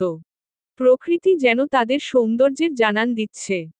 এই সুন্দর প্রকৃতি উপভোগ করছে মেহরাব আর মাহা। ছাদে বিছানা বিছিয়ে মেহরাবের কোলে শুয়ে আছে মাহা। মাহার দৃষ্টি চাঁদে আর মেহরাবের দৃষ্টি তার ব্যক্তিগত চাঁদের দিকে। মেয়েটা কত আনন্দের সাথে তাকে ছাদে চাঁদ দেখতে আসার জন্যে জোর করল। অথচ আসার পর থেকেই চাঁদের দিকে তাকিয়ে কিছু ভাবছে। মনে হচ্ছে চাঁদকে কিছু প্রশ্ন করছে, যার উত্তর পাচ্ছে না। মেহরাব যে তার সাথে আছে তা যেন ভুলেই গেছে। মাহার মলিন মুখ মেহরাবের হৃদয় ক্ষতবিক্ষত করতে সক্ষম। এই মেয়ের মাঝে কি আছে, যার জন্য মেহরাব তার প্রেমে পাগল? এই উত্তর মেহরাবের জানা নেই। তবে মাহাবিহীন মেহরাব শূন্য। মাহার এই মলিন মুখ মেহরাবের সহ্য হল না। তাই সে নিজেই নীরবতা ভাঙল। বেগম সাহেবা। মাহা ডাকছি তোমাকে, শুনছ না? হুম। কিছু বলেছেন? মন খারাপের কারণ জানতে পারি? কই না তো। আমার মিথ্যে পছন্দ না। পরের বার মিথ্যে বললে আমি সহ্য করব না। সরি। আগে আমার প্রশ্নের উত্তর চাই। আচ্ছা, আমি কি সত্যি আমার বাবা মার অবৈধ সন্তান ছিলাম? কথাটা বলে মাহা চোখের জল ছেড়ে দিল। এই কেমন রহস্য উন্মোচন হলো। মাহা যে এখন হাজারো প্রশ্নের ভিড়ে আটকিয়ে গেছে।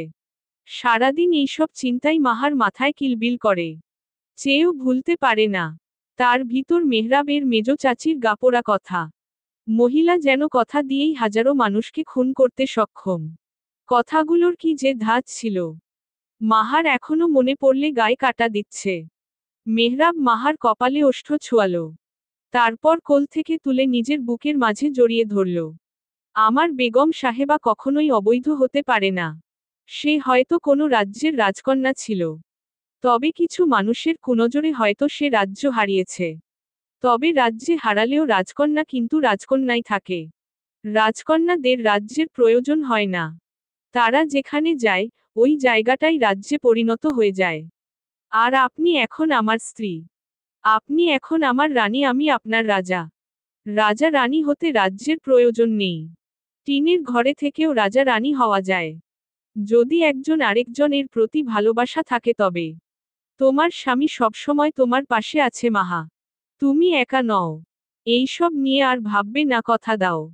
মাহা বিড়াল ছানার মতো মেহরাবের বুকে মিশে প্রত্যেকটা কথা শুনল। মেহরাবের কথা বোঝার চেষ্টা করল।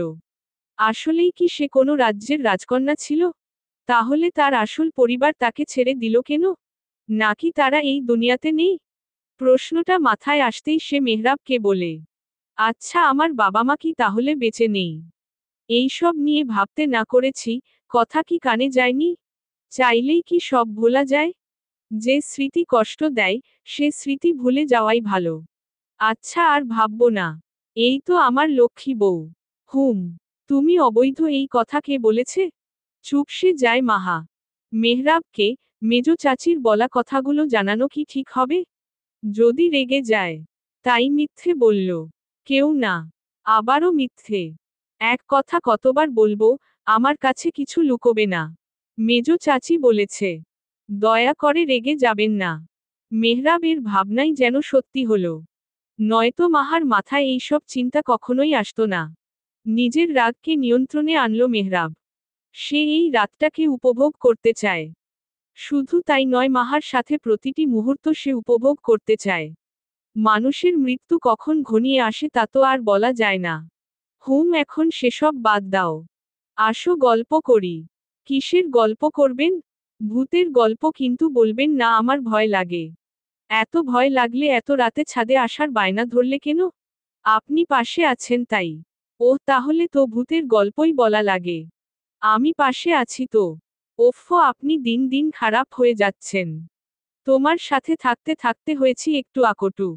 ধুর, কথাই বলবো না। আরে মজা করছি, রেগে যাচ্ছ কেন? না রাগি নি তো। আচ্ছা। হুম। ওগো শুনছেন? বলো, শুনতাই আছি। বলেন তো, ওগো ডাকের রহস্য কি? এই ডাকের আবার রহস্য আছে নাকি? আছে তো। তাহলে বলে ফেলো। এটা দাদি জান শিখিয়েছিল। কেন জানেন? কেন? বলেছিল আপনার খুব রাগ। তারপর বলল যদি আপনি রেগে যান তখন এই নামে ডাকতে। কাজে দিলেও দিতে পারে। আপনার মনে আছে আমাদের প্রথম যেদিন দেখা হলো, খাবার নিয়ে এসে দেখি আপনি শুয়েছিলেন। প্রথম ডাক দিলাম শুনলেন না। তখন দাদিজান এর কথা মনে পড়ল। তারপর মজা করে ডেকে বসলাম আর আপনি আমার ডাক শুনে অবাক চোখে আমার দিকে তাকিয়েছিলেন। আর আমার খুব মজা লাগছিল। তাই এভাবেই ডাকতাম। আর এখন অভ্যস্ত হয়ে গেছি। বাহ দারুণ, এই ছিল তাহলে মনে। বুড়িকে কাল ধরবো আমার বউয়ের কাছে আমার বদনাম। খুনুসুটি, ভালোবাসা আর মধুময় একটি রাত কাটল তাদের। ভালোবাসা দিন দিন যেন বাড়ছে। দুজন এখন একে অপরের পরিপূর্ণ। ভালোবাসার একটি সুখের সংসার। টেলিফোনটা হাত থেকে পড়ে তারের সাথে ঝুলছে। মাহা পাথরের মতো দাঁড়িয়ে আছে, কি শুনল তা ভাবছে। মাহার মা কল দিয়েছিল। ভদ্র মহিলা কান্না করতে করতে জানালো, বড় মেয়ে লামিয়া অ্যাক্সিডেন্ট করেছে। মাহা এই কথা শুনে থমকে গিয়েছে। হতে পারে তার বড় বোন তাকে ভালোবাসে না, তাকে ঘৃণা করে। তবে মাহা তো তার বোনকে ভালোবাসে। সে তাকে নিজের বোন ভেবে এসেছে, এখনো ভাবে। রক্তের সম্পর্ক না হলেই কি পর হয়ে যায় নাকি? মাহার তো তা মনে হয় না। তার কাছে সম্পর্ক মানে আত্মার সম্পর্ক। মাহা বাড়ি যাওয়ার বায়না ধরেছে। তবে মেহরাব কাজের জন্য যেতে পারবে না বলেছে। দরকারি কাজের জন্য পাশের গ্রামে যাওয়া লাগবে। আর ওইখানে দুদিন থাকবে। মাহাকে একাও যেতে দিবে না। আর যে বোন তাকে সহ্য করতে পারে না, সে বোনকে দেখার কোনো মানে আছে নাকি? মাহার কান্নায় মেহরাবের মেজাজ গরম হচ্ছে, আবার সহ্যও করতে পারছে না। তবে সে চাইলেও এখন যেতে পারবে না। আর তেমন আঘাত পায়নি, শুধু হাত ভেঙেছে। মাহার জন্য এইটা বড় আঘাত হলেও মেহরাবের ভাবনায় তেমন কিছু না। তার বউকে কষ্ট দেওয়ার ফল ভোগ করছে ওই হিংসুটে মেয়ে। রক্তস্রোত। পর্ব 10। তটিনিয়ারোরা। এখনো গাল ফুলিয়ে বসে থাকবে? বললাম তো দুদিন পরে নিয়ে যাব। এখন দরকারি কাজ আছে। জলদি আসবেন, কিন্তু আমার কেমন যেন লাগছে। কেন, কিছু হয়েছে? না। তাহলে? জানি না। মনে হচ্ছে কিছু একটা হবে। তোমার বোনকে নিয়ে বেশি ভাবছো, তাই এমন হচ্ছে। চিন্তা করো না, সব ঠিক হয়ে যাবে।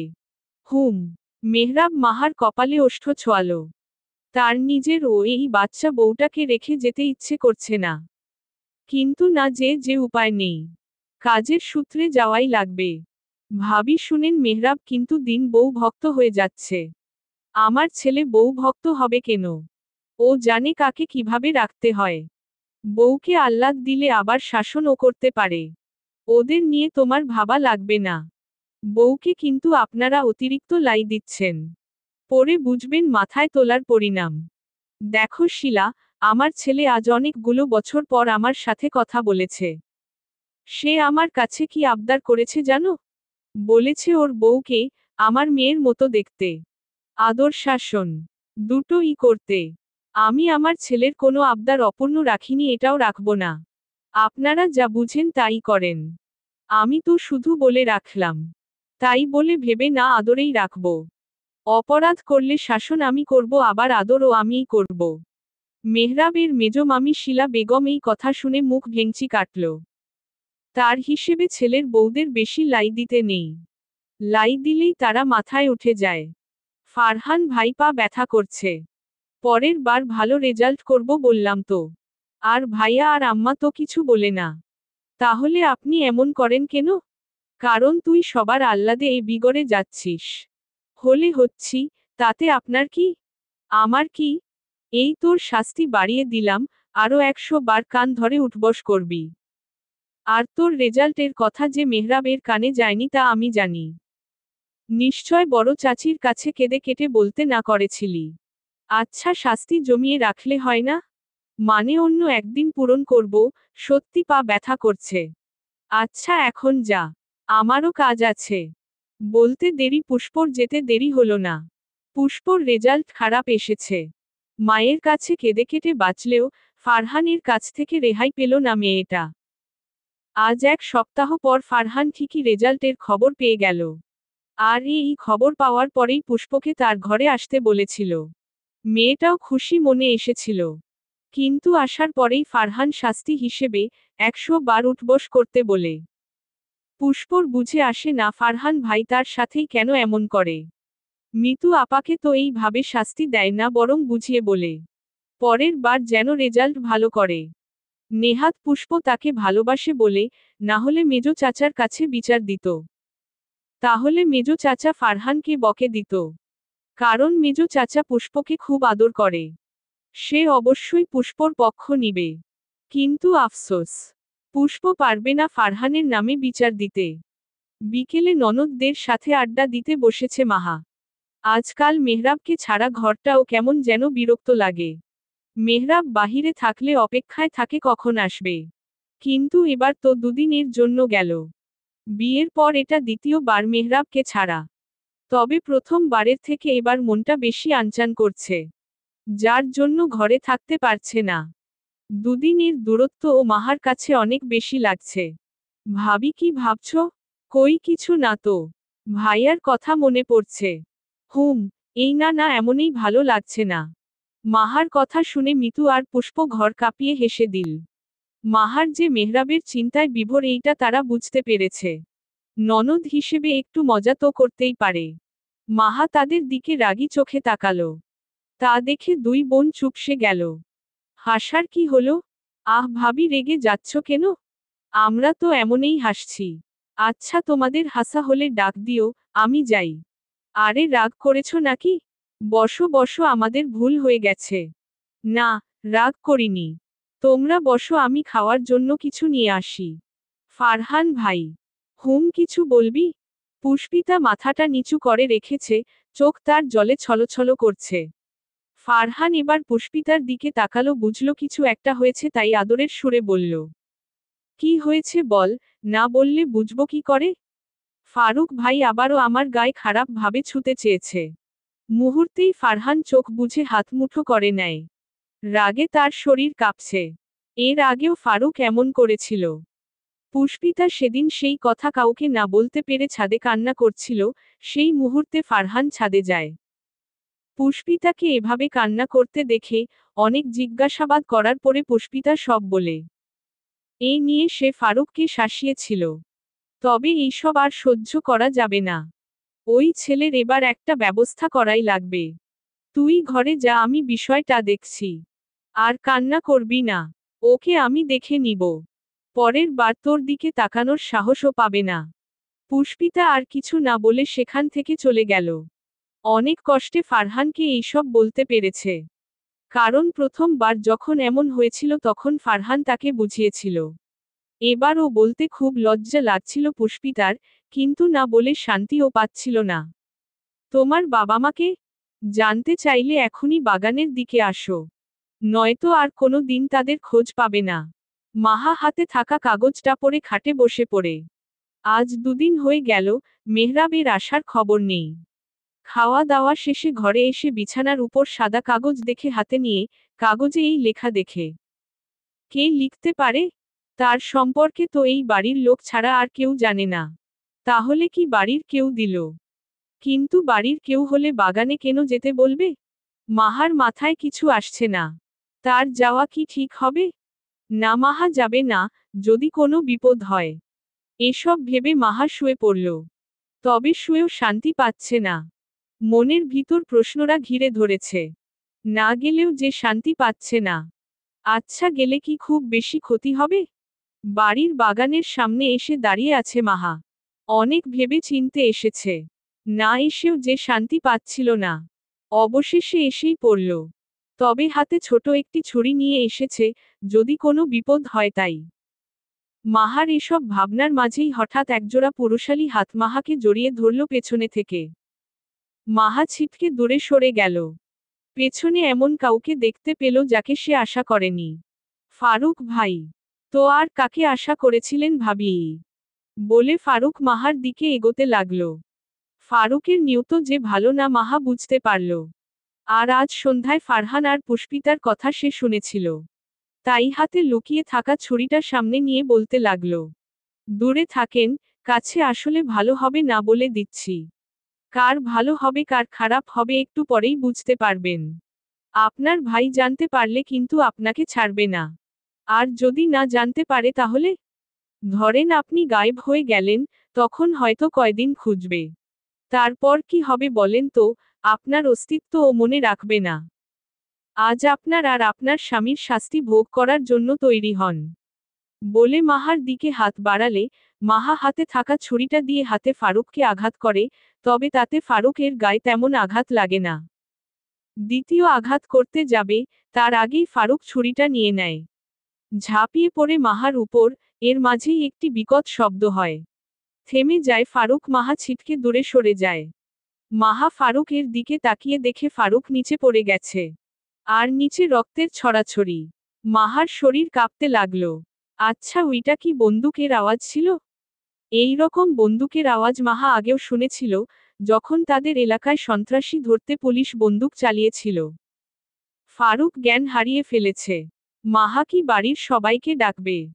না, না, তারপর তাদের প্রশ্নের কি উত্তর দিবে? মাহার মাথায় কিছু আসলো না, সে কি করবে? সেই মুহূর্তে কিছুর আওয়াজ শোনা গেল। মাহা আর কিছু না ভেবে বাড়ির দিকে দৌড় লাগালো। এখানে থাকলে সে দম আটকিয়ে মারা যাবে সে।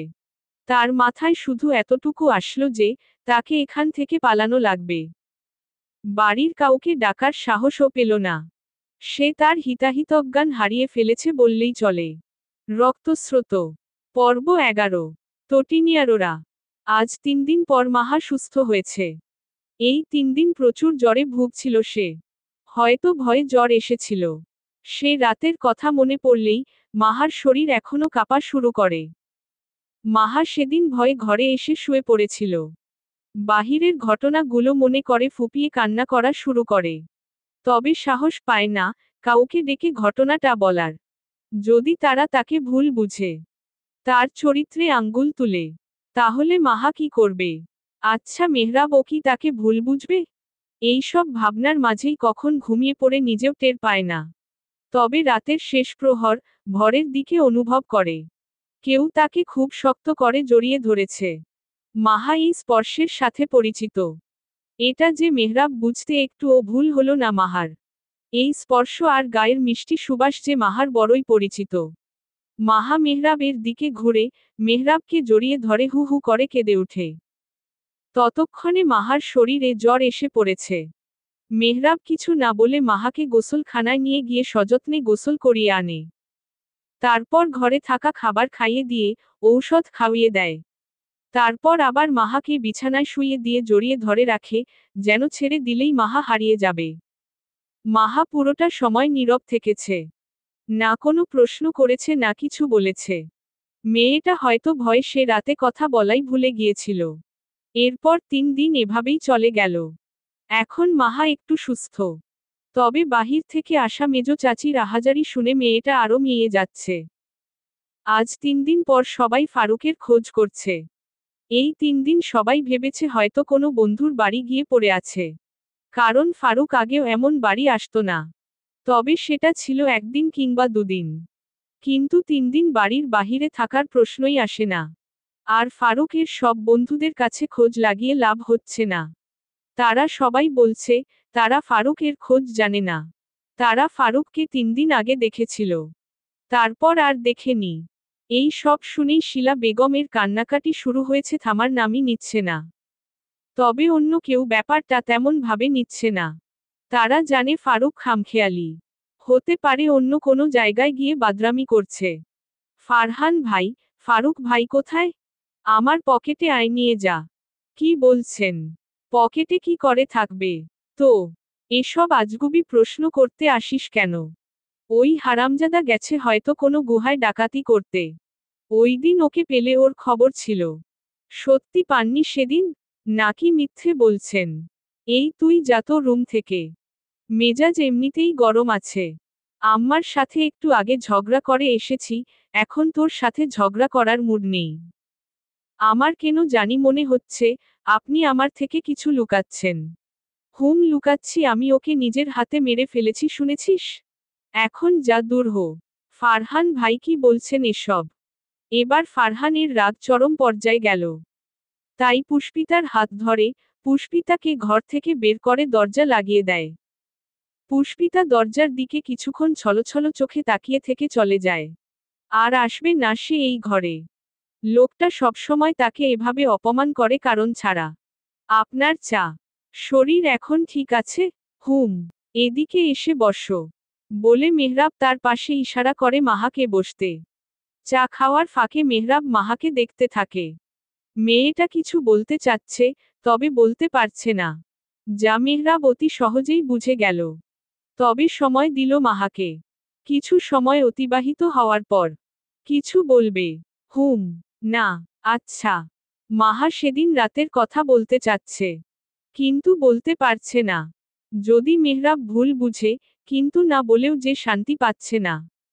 মনের ভেতরে অস্থিরতা কাজ করছে।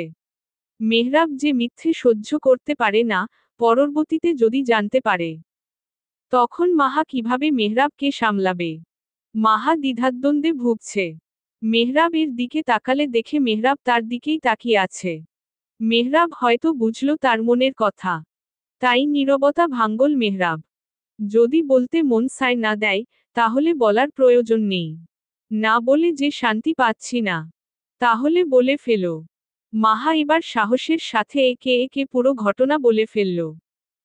পুরো ঘটনা শুনে মেহরাবের মুখের বদল আসতে লাগল। মাহা ঘটনা বলার সময় মাথা নত করেছিল। তার সাহস হচ্ছিল না মেহরাবের চোখে চোখ রেখে পুরো ঘটনা বলার। সব কিছু বলা শেষ হওয়ার সাথে সাথে মাহা নিজের বাহুতে শক্ত পুরুষালী হাতের চাপ অনুভব করে। ছলছল চোখে মেহরাবের দিকে তাকিয়ে দেখে, মেহরাব রক্তবর্ণ চোখে তার দিকে তাকিয়ে আছে। সামান্য একটা কাগজের উপর ভিত্তি করে তুমি সেখানে চলে গেলে?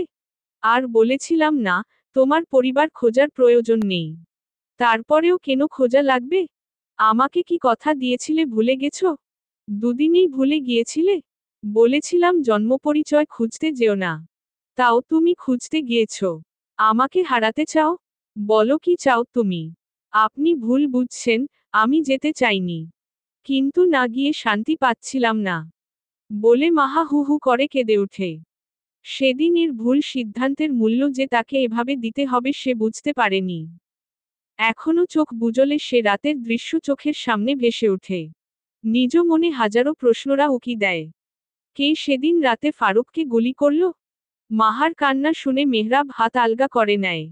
চোখ বুজে নিজেকে নিয়ন্ত্রণ করতে চায়। কিছুক্ষণ অতিবাহিত হয় সেভাবেই। মাহা নীরবে কেঁদে যাচ্ছে। মেহরাব থামায় না। আমার কথার অবাধ্য হয়ে এখন শান্তি পেয়েছ? উত্তর দিতে পারে না মাহা। সে যে মস্ত বড় ভুল করে ফেলেছে সে জানে। তবে এখন চাইলেও কিছু করার নেই। ফারুক ভাই এর কথা কি সবাইকে জানাবেন? বাড়ির কাউকে কিছু জানানোর দরকার নেই। এই কথা যেন আর কারো কানে না যায় মনে রেখো। কিন্তু প্রশ্ন শুনতে চাইছি না, যা বলেছি মনে থাকে যেন। হুম থাকবে। আমাকে মাফ করে দিন। মেহরাব মাহার কথা শুনেও জবাব না দিয়ে কক্ষ ত্যাগ করে। মেহরাব রেগে আছে বুঝে মাহা আবারও কান্নায় ভেঙ্গে পড়ে। গভীর রাত মেহরাবের এখনো আসার খবর নেই। মাহা না খেয়ে বসে আছে। বাড়ির সবাই খাওয়া দাওয়া শেষ করে যে যার ঘরে ঘুমের জন্যে চলে গেছে। এর আগেও মেহরাব রাত করে বাড়ি ফিরেছে তাই কেউ বিষয়টা তেমন ভাবে নেয়নি। জানালার সামনে বসে মাহা চাঁদ দেখে যাচ্ছে, আর কি থেকে কি হয়ে গেল সে কথা ভাবছে। একটি ভুলের জন্য আজ মেহরাব তার থেকে দূরে। কোথায় গেল লোকটা? দরজার কাছে পায়ের ধ্বনি শোনা গেল, মাহার ভিতরে প্রশান্তির হাওয়া বয়ে গেল। দরজার দিকে তাকালো, মেহরাব ঘরে প্রবেশ করে বিছানায় শুয়ে পড়ল। হাত মুখ দেখে বোঝা যাচ্ছে বাহিরের কল থেকে ধুয়ে এসেছে। খাবার খাবেন না? না। মাহা আর কিছু না বলে নিজেও শুয়ে পড়ল। ক্ষুধা লেগেছে তাও খেতে ইচ্ছে করছে না। চোখ বুজে ঘুমানোর চেষ্টা করল। তার খুব কান্না পাচ্ছে তবুও কান্না করল না।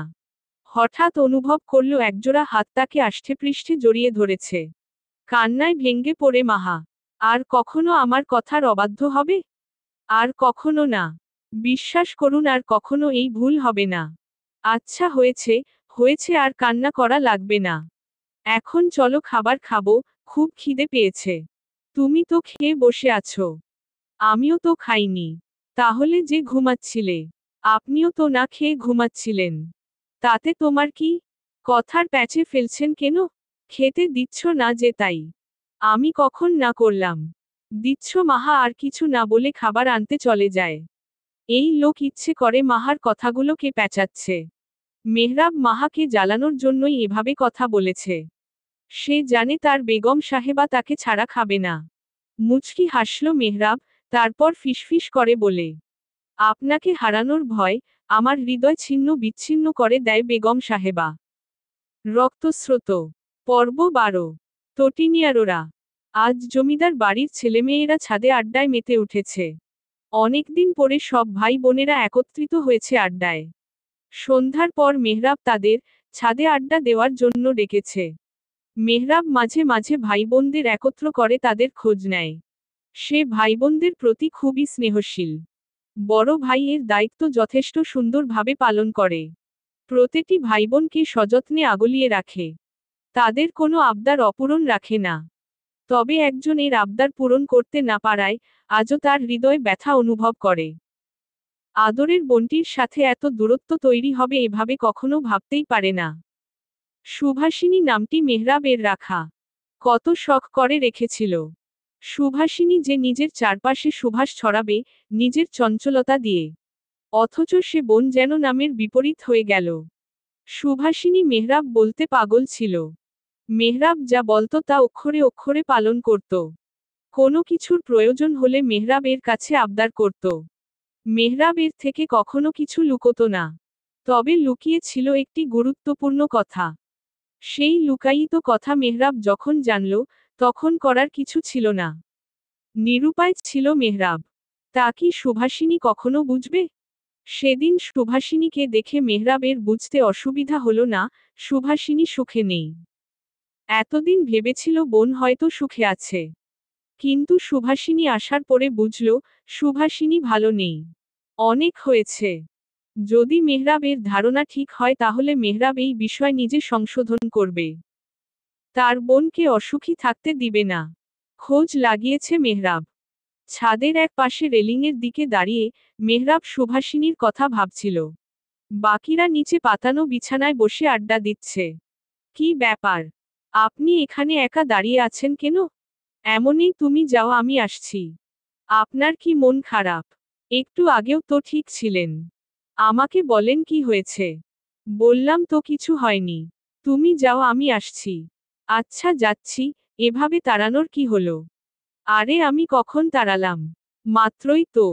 তুমি তো ভারী বজ্জাত মেয়ে, সব কথা প্যাঁচাও। তাহলে আমার কথা শুনুন, চলুন ওদের সাথে মজা করবেন। মাহা মেহরাবের মন খারাপ বুঝে মেহরাবকে এভাবে নিয়ে গেল মাহা। যা বুঝতে মেহরাবের একটু অসুবিধা হলো না। এই মেয়ের বয়স কম হলেও স্ত্রীর দায়িত্ব পালন করে নিপুণভাবে। বড় ভাবি আসবো? আরে শিলা, আসো, জিজ্ঞেস করার কি হলো? ভাবি বড় ভাইসাব কোথায়? সে তো এখনো আসেনি। কেন? ভাবি আজকে 10 দিন হয়ে গেল। ফারুক এখনো বাড়ি আসলো না তো। তোমার ভাইসাব খোঁজ লাগাচ্ছে, কিন্তু কেউ কোনো খোঁজ দিতে পারছে না। খোঁজ লাগালে কি এতদিনে পাওয়া যেত না? সত্যি কথা বলেন, আমার ছেলেকে আপনারা সহ্য করতে পারতেন না, তাই ওকে খোঁজার চেষ্টা করছেন না। এসব কি বলছো? ওকে কেন আমরা সহ্য করতে পারবো না? ওকে আমরা নিজের ছেলের মতোই তো আদর করেছি। তাহলে আর কি বলবো? আমার ছেলেকে আজ 10 দিন ধরে পাওয়া যাচ্ছে না। আর ওদিকে ওরা ছাদে আড্ডা দিচ্ছে। আমার ছেলেকে কি ওরা এই বাড়ির কিছু মনে করে না নাকি? অবশ্য অন্যদের বলে কি লাভ? আমার নিজের ছেলেই তো পুলিশ হয়েও ভাইয়ের খোঁজ নিচ্ছে না। কি সুন্দর ছাদে গিয়ে ওদের সাথে আড্ডা দিচ্ছে। শিলা, ওরা বাচ্চা মানুষ, ওদের ওপর কেন রাগ করছো? তো কি করব? মেহরাব আর ফারহানকে দেখেছেন, ফারুকের কথা শুনেও যেন শুনছে না। ওরা চাইলেই খুঁজে বের করতে পারে। তুমি ওদের ভুল ভাবছ। ওরাও খুঁজছে, কিন্তু পাচ্ছে না। আমাকে এসব বুঝো দিবেন না ভাবি। আজ আমার দুঃখ কেউ বুঝতে চাইছে না। আমিও দেখব ওদের এই সুখ কয়দিন থাকে। আমার ছেলেকে হারিয়ে আমি যেমন ছটফট করছি, ওরাও একদিন এভাবে ছট। আর কিছু বলার আগেই মেহরাবের মা সুফিয়া বেগম শিলা বেগমের মুখে হাত দিয়ে চুপ করিয়ে দিল। রাগে তার শরীর কাঁপছে। ছেলেগুলোকে কি অভিশাপ দিতে চাইল? ছেলেকে হারিয়ে শিলা বেগম যেন পুরোই পাগল হয়ে গেছে। সব ছেলেমেয়ের সাথে যে তার নিজের বড় ছেলেও যে আছে, সে কথা কি ভুলে হয়তো ভুলে গেছে। ফারুক এই বাড়ির সবার থেকে ভিন্ন ছিল। তার খামখেয়ালি আর অসভ্য স্বভাবের জন্যে কারো সাথে তার মিলত না। তাই তো সে হারিয়ে যাওয়ায় কারো মনে তেমন দাগ কাটেনি। কিন্তু শিলা বেগম ছেলের সুখে কাতর হয়ে গেছে। দিনরাত ছেলের জন্য কান্নাকাটি করে। আর আশেপাশের সবার সাথে খারাপ আচরণ করা শুরু করেছে। কিন্তু এখন বাড়াবাড়ি বেশিই করে ফেলল। শিলা, তুমি পাগল হয়ে গেছো? কি বলতে চাইছিলে? ওদের এতে দোষ কি? খবরদার ওদের নিয়ে যদি কিছু বলেছ। আম্মাজান, আপনার ছেলে আপনার হাতের চা খেতেছে। মাহার আগমন ঘটল কক্ষে। শিলা বেগম মাহার দিকে রাগী চোখে তাকিয়ে ঘর থেকে বের হয়ে যায়। মাহা তার যাওয়ার পানে অবাক দৃষ্টিতে তাকিয়ে সুফিয়া বেগমকে বলে, আম্মাজান, কিছু কি হয়েছে? না, কিছু না। তুমি যাও, আমি মেহরাবের জন্য চা বানিয়ে পাঠিয়ে দিব। আচ্ছা, বলে মাহা সেখান থেকে চলে যায়। তবে বুঝতে পারে এখানে কিছু একটা হয়েছে। সকালের মেঘাচ্ছন্ন আকাশ হয়তো বৃষ্টির আগমন জানান দিচ্ছে। চারিদিকে অন্ধকারেরা ঘিরে ধরেছে। তবে পরিবেশ খুবই মোহনীয় লাগছে। ভোরের বাগানের ফুলগুলোর সৌন্দর্য দ্বিগুণ বেড়ে উঠেছে। সুবাস ছড়িয়ে দিয়েছে চারপাশে। এই সৌন্দর্য মেহরাব আর মাহা উপভোগ করছে। ভোরের নামাজের পরেই মেহরাব মাহাকে বাগানে নিয়ে এসেছে। সকালের মিষ্টি আবহাওয়া মন ফুরফুরে করতে যথেষ্ট। মাটি দিয়ে তৈরি করা বেঞ্চে বসে আছে দুজন। মাহার কানে গুজা রক্ত জবা ফুল, যা একটু আগে মেহরাব তার কানে গুজে দিয়েছে। বেগম সাহেবা, হুম বলেন। কখনো যদি জানতে পারো আমি তোমার থেকে কিছু লুকিয়েছি, তাহলে কি আমাকে মাফ করতে পারবে? আপনার যদি বলতে না মন চায় তাহলে বলবেন না। আপনার ইচ্ছে, সব কথা আমাকে বলা লাগবে এমন তো কথা নেই। ভেবে চিনতে বলো। ভেবেই বললাম, আমি জানি আপনি আমার থেকে কিছু লুকালে আমার ভালোর জন্যই লুকাবেন। তবে কিছু না লুকালেই খুশি হব। কারণ আমি চাই আমরা দুজন একজন আরেকজনের কাছে খোলা বইয়ের মতো থাকব। যদি বলি খোলা বইয়ের মতো হওয়া আমার পক্ষে সম্ভব না, তাহলে আপনার ইচ্ছে। আমি জানি আপনি আমার খারাপ চাইবেন না। তবে একটা অনুরোধ, আমি থাকতে আপনি অন্য কোনো নারীর দিকে চোখ তুলেও তাকাবেন না। তাহলে আপনি আমার কঠোরতার শিকার হবেন। আমি ব্যতীত অন্য কোনো নারীর ছায়াও আমি আপনার পাশে সহ্য করব না। শব্দ করে হেসে ওঠে মেহরাব। মাহা এই হাসির কারণ বুঝে না। লোকটার মাথা গেল নাকি? তবে এই লোকের এই হাসি মাহার মন পিঞ্জিরায় আঘাত করতে সক্ষম। কি সুন্দর হাসি! ছেলে মানুষের হাসি বুঝি এত সুন্দর হয়? মেহরাব মাহার দিকে তাকিয়ে হাসি থামিয়ে দেয়। তাহলে তো বেগম সাহেবার কঠোরতা দেখার জন্য হলেও অন্য নারীকে আনা লাগে। কঠোর দৃষ্টি নিক্ষেপ করল মাহা। অশ্রু সহ কঠোর দৃষ্টি দেখতে অদ্ভুত ভয়ানক লাগছিল। তবে মেহরাব সে দৃশ্য উপভোগ করে। মাহা আর কিছু না বলে উঠে যেতে নিলে মেহরাব মাহার হাত ধরে বসিয়ে দেয়। আরে রেগে যাচ্ছ কেন? মজা করেছি। আমার এমন মজা পছন্দ না। আচ্ছা ভুল হয়ে গেছে, সরি। সরি দিয়ে আমি কি করব? ওয়াদা করুন অন্য কোনো নারীর দিকে তাকাবেন না। ওয়াদা বেগম সাহেবা, আপনি ব্যতীত অন্য নারী এই মেহরাবের জীবনের ধারে কাছেও আসবে না। শান্তির নিঃশ্বাস ছাড়ল মাহা। এতক্ষণ তার হৃদয় মনে হয়েছে কেউ ধারালো কিছু দিয়ে আঘাত করেছে। সে ব্যতীত অন্য কোনো নারীকে মেহরাবের আশেপাশে ভাবাও তার পক্ষে সম্ভব না। মেহরাব মাহাকে আগলিয়ে নিল নিজের বুকে। ইস, মেয়েটাকে কি বেশি কষ্ট দিয়ে ফেলল। তবে এই কষ্টের মাধ্যমে যে সে মাহার তার প্রতি অতুল ভালোবাসা দেখতে পেল। রক্তস্রোত। পর্ব 13। তটিনিয়ারোরা। চারিদিকে ফুলের ছড়াছড়ি, মনোরঞ্জন পরিবেশ। সোনালি রোদের হাতছানি। মেহরাব চোখ বুঝে নিঃশ্বাস নিল এই সুন্দর পরিবেশে। অনুভব করতে চাইল চারিপাশের প্রকৃতির সৌন্দর্যকে। সে সময় মাহা আসলো ফুটফুটে একটি সুন্দর বাচ্চাকে নিয়ে। মাথায় ঘন কালো ছোট ছোট চুল। ঠোঁট জোড়া গোলাপি রঙের। চোখ দুটো টানাটানা, দেখতে অবিকল মাহার মতো। বাচ্চাটি তাকে দেখে হেসে উঠল। তার কোলে আসতে চাইল তার অংশ। মেহরাবের অংশ। হ্যাঁ, তার অংশ। মাহার কোলে বাচ্চা তার অংশ ছাড়া আর কার হবে? বাচ্চাটি হাত বাড়িয়ে ডেকে উঠে তাকে। আব্বা! মেহরাব উচ্ছ্বাস মনে বাচ্চাটিকে কোলে নিতে এগোতে চায়। কিন্তু তার পূর্বেই মেহরাবকে পেছনে থেকে কেউ কড়া সুরে বলে, ছুবে না ওদের। মেহরাব আশ্চর্য হয়ে পেছনে তাকালো। পরিচিত মুখ। মেহরাব এর কাছের কেউ। বহুদিন পর মুখটি দেখে সে থমকে গেল। হৃদয় অশেষ যন্ত্রণারা হানা দিল। অস্পষ্ট সুরে মেহরাব বলে উঠে, ফুপু আম্মা। সেই মুহূর্তে পেছনে থেকে মাহার কান্না মিশ্রিত কণ্ঠ শোনা যায়। আপনি কেন এমন করলেন? মেহরাব মাহার দিকে তাকায়। মাহা আস্তে আস্তে তার থেকে দূরে চলে যাচ্ছে। মুহূর্তে পরিবেশ পাল্টায়। চারিদিকে অন্ধকারেরা ঘিরে ধরেছে। মাহার কোলের বাচ্চাটি চিৎকার করে কান্না করছে। মেহরাব ওদের ধরতে চাইছে, তবে তার হাত আর পা চলছে না। অবশ হয়ে গেছে যেন। ওদের কাছে না যেতে পেরে মেহরাব চিৎকার করে মাহাকে ডেকে উঠে। মাহা! মেহরাবের চিৎকারে ধরফরিয়ে ঘুম থেকে উঠে মাহা। কি হয়েছে? ভয়ানক স্বপ্ন দেখেছেন? জোরে জোরে শ্বাস নিচ্ছে মেহরাব। মনে হচ্ছে শ্বাস আটকে মারা যাবে। বিচ্ছিরি একটি স্বপ্ন দেখেছে সে। আচ্ছা, মেহরাবের চোখে কি অশ্রু এসেছে? কিন্তু কেন? বহুদিন পর অতীতের পরিচিত কারো সাথে সাক্ষাৎ হলো বলে? তার তো খুশি হওয়ার কথা ছিল। স্বপ্নটা খুবই অদ্ভুত ছিল। না না, সে আর এই স্বপ্ন নিয়ে ভাববে না। স্বপ্ন স্বপ্নই হয়, এগুলো নিয়ে ভাবার মানেই হয় না। ভাবনার ব্যাঘাত ঘটে মাহার কথায়। কি হলো, কিছু বলছেন না কেন? খারাপ স্বপ্ন দেখেছেন? না, তেমন কিছু না। তুমি ঘুমাও। খারাপ কিছু দেখলে বলে দিন।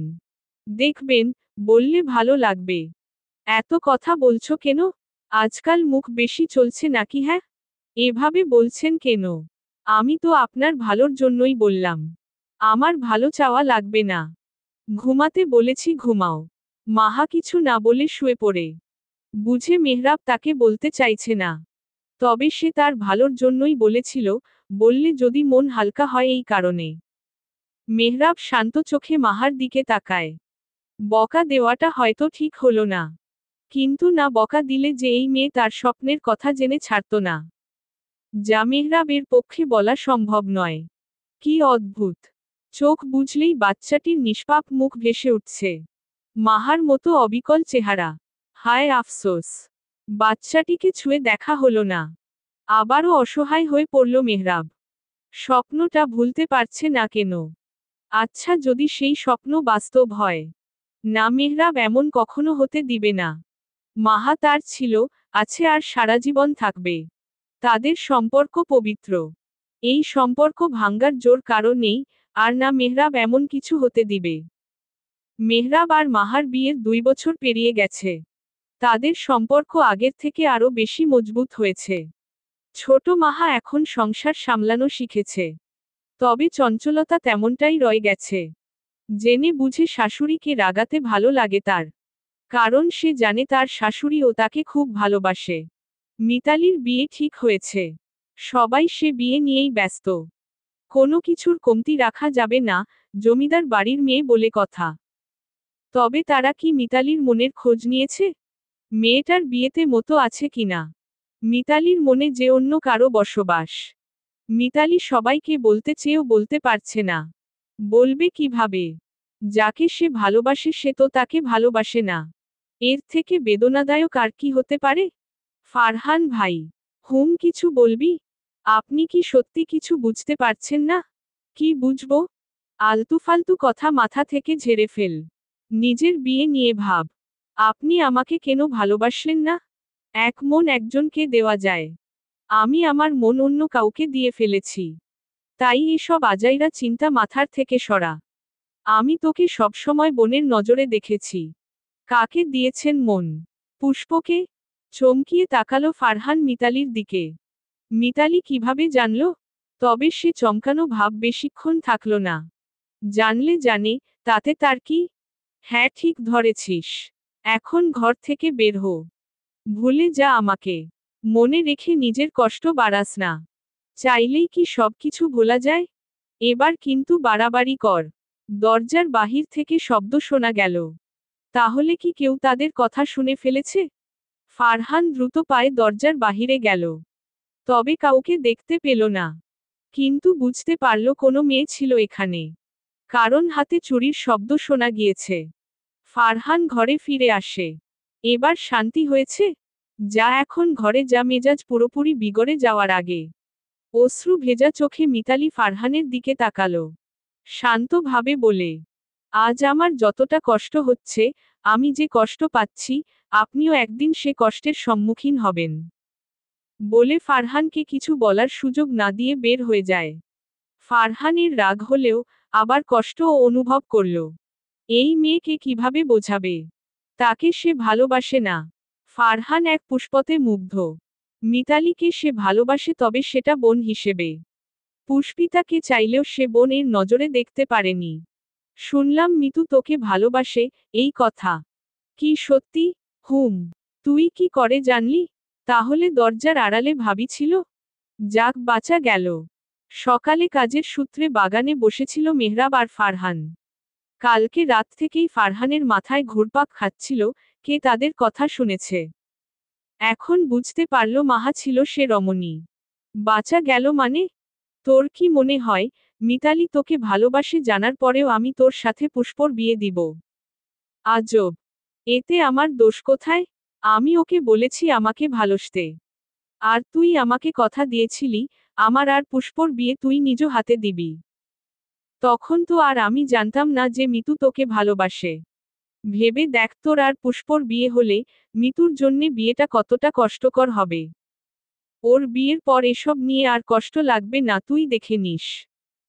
আর পুষ্পকে আমি বিয়ে করেই ছাড়ব, আমাকে কেউ আটকে রাখতে পারবে না।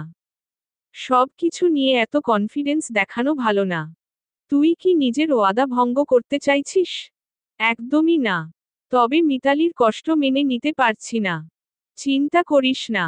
আবেগী বয়স দুদিন পরে সব ভুলে যাবে। তাই যেন হয়। বউকে তো ভালোই বশ করেছিস, যেভাবে বলছিস সেভাবেই চলছে। কোনো কথাই গোপন রাখছে না। মেহরাবের ঠোঁটের কোণে হাসি ফুটে। বিড়বিড়িয়ে বলে উঠে, মাহা আমার কাছে খোলা বইয়ের পাতার মতো। যাকে শুধু আমি পড়তে পারি। আমি ব্যতীত অন্য কারো ক্ষমতা নেই তাকে বোঝার। বাকি অংশ পরের পর্বে।